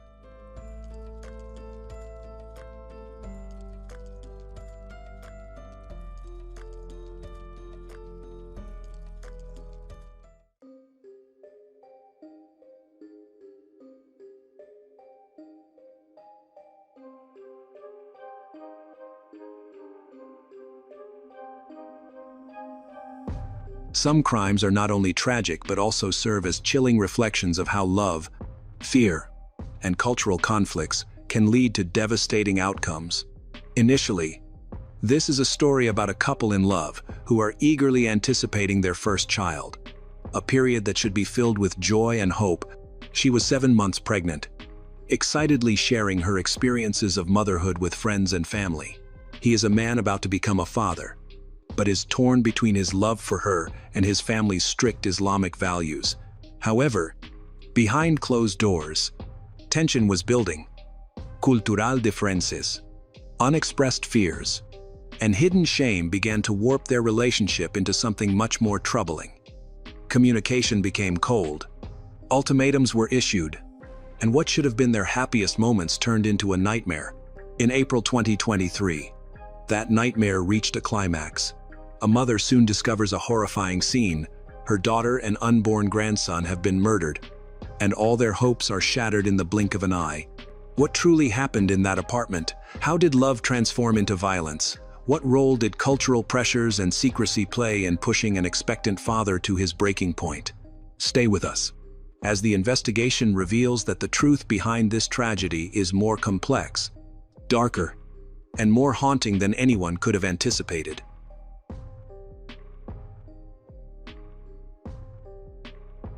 In April 2023, Saga Forsgren Elneborg was 7 months pregnant and in a relationship with her boyfriend, Mohammed Amin Abdirisek Ibrahim, who is also the father of her baby. They had been together for about 2 years and were expecting a boy, with doctors confirming that everything was progressing well. As her due date approached, Saga eagerly prepared for motherhood. She documented her pregnancy on social media, sharing photos of her growing bump and baby gear, especially the clothes she bought for her baby. On the eve of a tragic event, Saga's mother, Melisa, came to visit and help her. On April 28, Saga was supposed to meet with Mohammed Amin for some quality time, but their relationship had been facing increasing tension, and he had been visiting less frequently. Saga informed her mother about his visit, so she chose not to interrupt them. Saga is a beautiful girl with many friends, but she still faces concerns from her family about her relationship with Mohammed Amin, who is from a different culture. They were concerned about the challenges of meeting his family in Somalia, especially as she began to struggle with the relationship. However, she remains optimistic. Despite feeling embarrassed that he has not yet made their relationship public to his parents, on April 29, 2023, around 1:00 p.m., Melisa arrived at Saga's apartment in a residential complex in Örebro, several hundred kilometers from Stockholm. She intended to help her daughter and pick up some items in preparation for the birth of her grandson. When she got to the apartment, she rang the doorbell, but there was no response. Surprised, she rang it several more times and knocked, but still received no answer. Thinking that Saga was simply going out for a while, she hesitated, but eventually decided to use the spare key to get in. However, she discovered the door was not locked, which seemed suspicious since Saga usually locked up. Upon entering, Melisa noticed water running in the kitchen and rushed to turn it off while calling for Saga, but received no reply. As she moved to the next room, where the lights were off. She sensed something was wrong. When she entered and turned the light on, she was horrified to find Saga lying on the floor, lifeless, with pale skin, her hair covering her face, and a lamp cord around her neck. Nearby, a heavy table had been overturned. Adding to the horror of the scene, Melissa rushed to Saga, moved the table away from her neck, and attempted to provide first aid while calling emergency services. Melissa quickly realized that Saga's body was cold and stiff, which indicated that she had been dead for some time. Despite this, Melissa performed cardiopulmonary resuscitation. Unfortunately, when paramedics arrived, they confirmed that both Saga and her unborn child had died. Police arrived at the scene and began their investigation, noting that Saga had suffered injuries to her head and face. The area was covered in dried blood and overturned jewelry boxes. Initially, detectives thought Saga may have harmed herself, as there were no signs of a break-in. However, upon closer inspection, they found no signs of mental health issues. In fact, she was excited about her pregnancy and looking forward to becoming a mother. Forensic experts collected fingerprints, blood, and DNA evidence for analysis. They determined that Saga had died from strangulation, estimating the time of death to be between 1 a.m. and 3 a.m. In addition, her unborn son, weighing 1.7 kilograms, was found to be healthy. Adding to the family's anger and desire for justice, they were devastated. They never imagined that such violence could happen in their own family. Melissa informed the detectives that Saga had planned to meet friends at a local restaurant on April 28. She noted that her daughter seemed anxious and frequently checked her phone, eager for messages from her boyfriend, Mohammed Amin. Saga mentioned that he was preparing to inform his conservative Muslim parents about their relationship, but she feared they would not accept her because she was 7 months pregnant and they were not officially married. Mohammed Amin, raised in Europe, struggled to balance the expectations of his strict Muslim family with more modern views. After dinner, Saga said goodbye to her mother and friends, who were unaware they were seeing her for the last time. Tragically, she was killed shortly after returning home. Detectives speculated that Mohammed Amin might have revealed their relationship to his parents, provoking a hostile response that led to the tragedy. In the early stages of the investigation, Mohammed Amin's relatives were scrutinized, particularly his mother, who had left the house late that evening. However, it was confirmed that she had simply gone to the store and returned shortly after. No evidence implicated his relatives in the crime.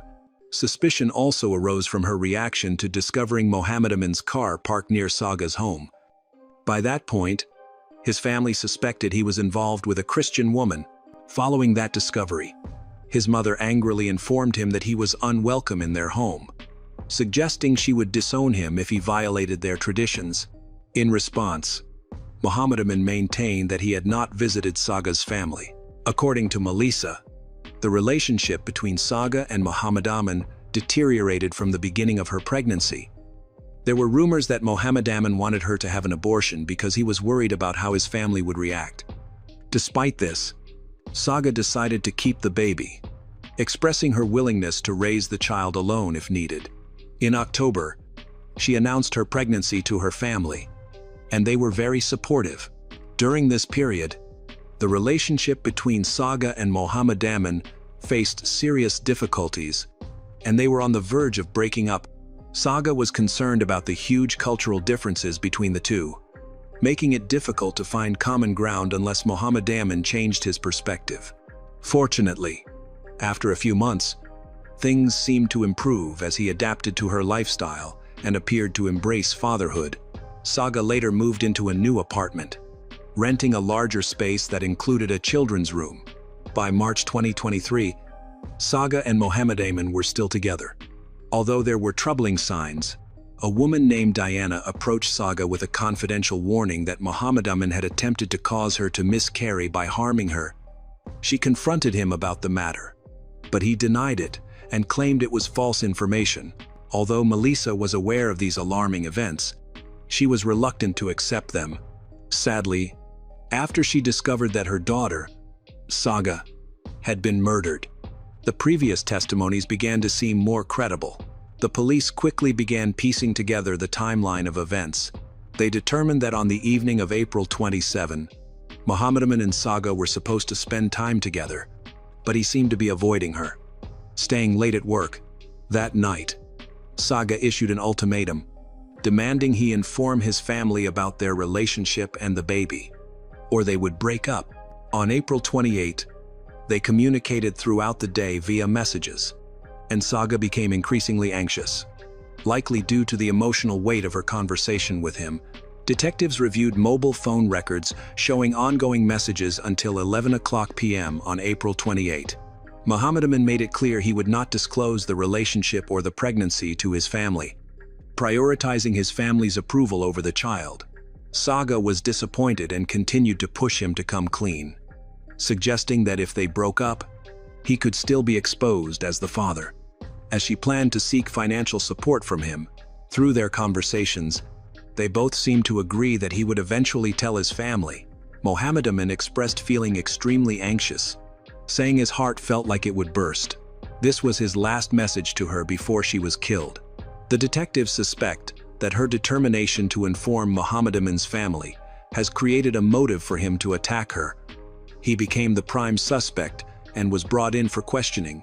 Mohammed Amin denied any involvement in Saga's death, claiming that on the night of the murder, he went to his family to confess about their relationship. However, geolocation data indicated this was not true. Instead, he had gone to Saga's apartment. Notably, investigators initially kept information about Saga's death from him.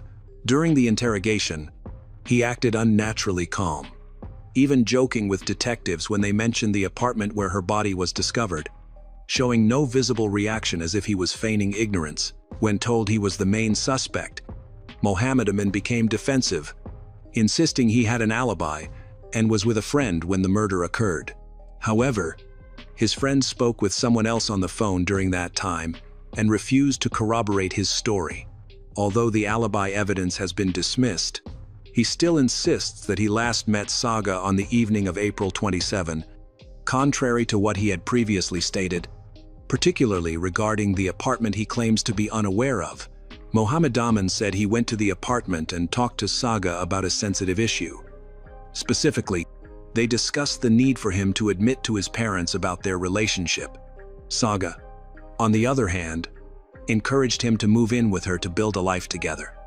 However, during the investigation, detectives discovered that Mohammed Amin had never spent a full night at her apartment because he was afraid his family would find out.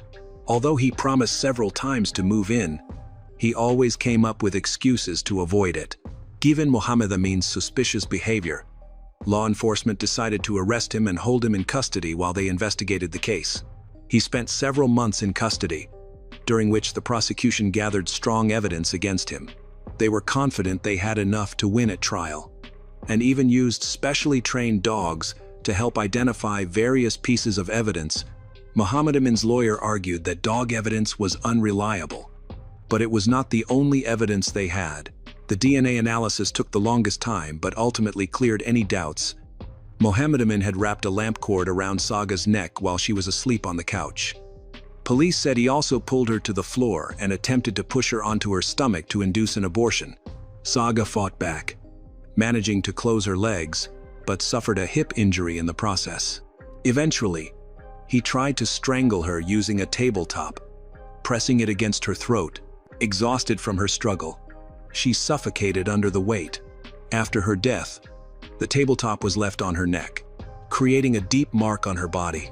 After committing this crime, Mohammed Amin tried to stage a robbery by scattering boxes around the apartment.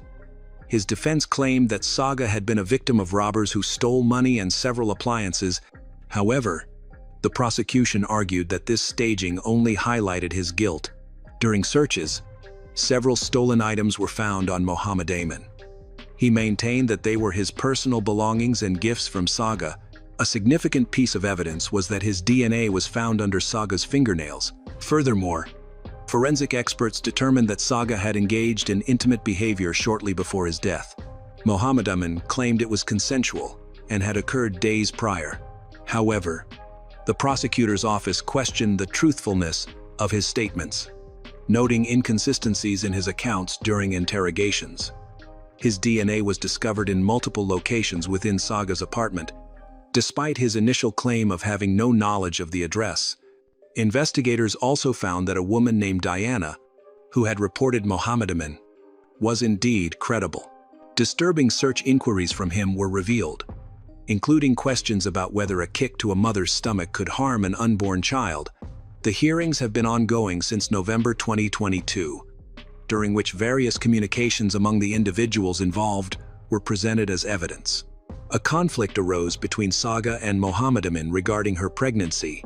In their last conversation on April 28, Saga pressured Mohammed Amin to tell his family about her. Although the defense highlighted this pressure, it did not excuse his crime. The prosecution argued that, instead of confiding in his family, Mohammed Amin went to her apartment. He had no intention of letting his family know about Saga because he feared their reaction, but she pressed him, putting him in a difficult situation. As a result, he displayed coldness and cruelty towards her due to his unwarranted fear of his parents. The defense argued that Mohammed Amin's DNA under Saga's fingernails may have been present before, when they were in a relationship. However, Melissa, Saga's mother, insisted that her daughter maintained good hygiene, showering regularly, especially during her pregnancy. Melissa testified that Saga was meticulous about cleanliness and would not remain unclean for long after meeting Mohammed Amin. The evidence indicated that Saga had recently showered and worn clean clothes, meaning the DNA found on her was fresh and likely from the time of the attack. After the incident, Mohammed Amin quickly deleted Saga from his Snapchat and cleaned up his social media accounts, raising suspicions. Detectives noted he appeared to be trying to conceal his connection to the crime. Although there was no direct evidence, his actions suggested he was indifferent to Saga. Investigators tracked him to being about 20 yards away from her apartment, where he continued to message someone, seemingly waiting for something, possibly to gather the courage to confront her or ensure she was asleep.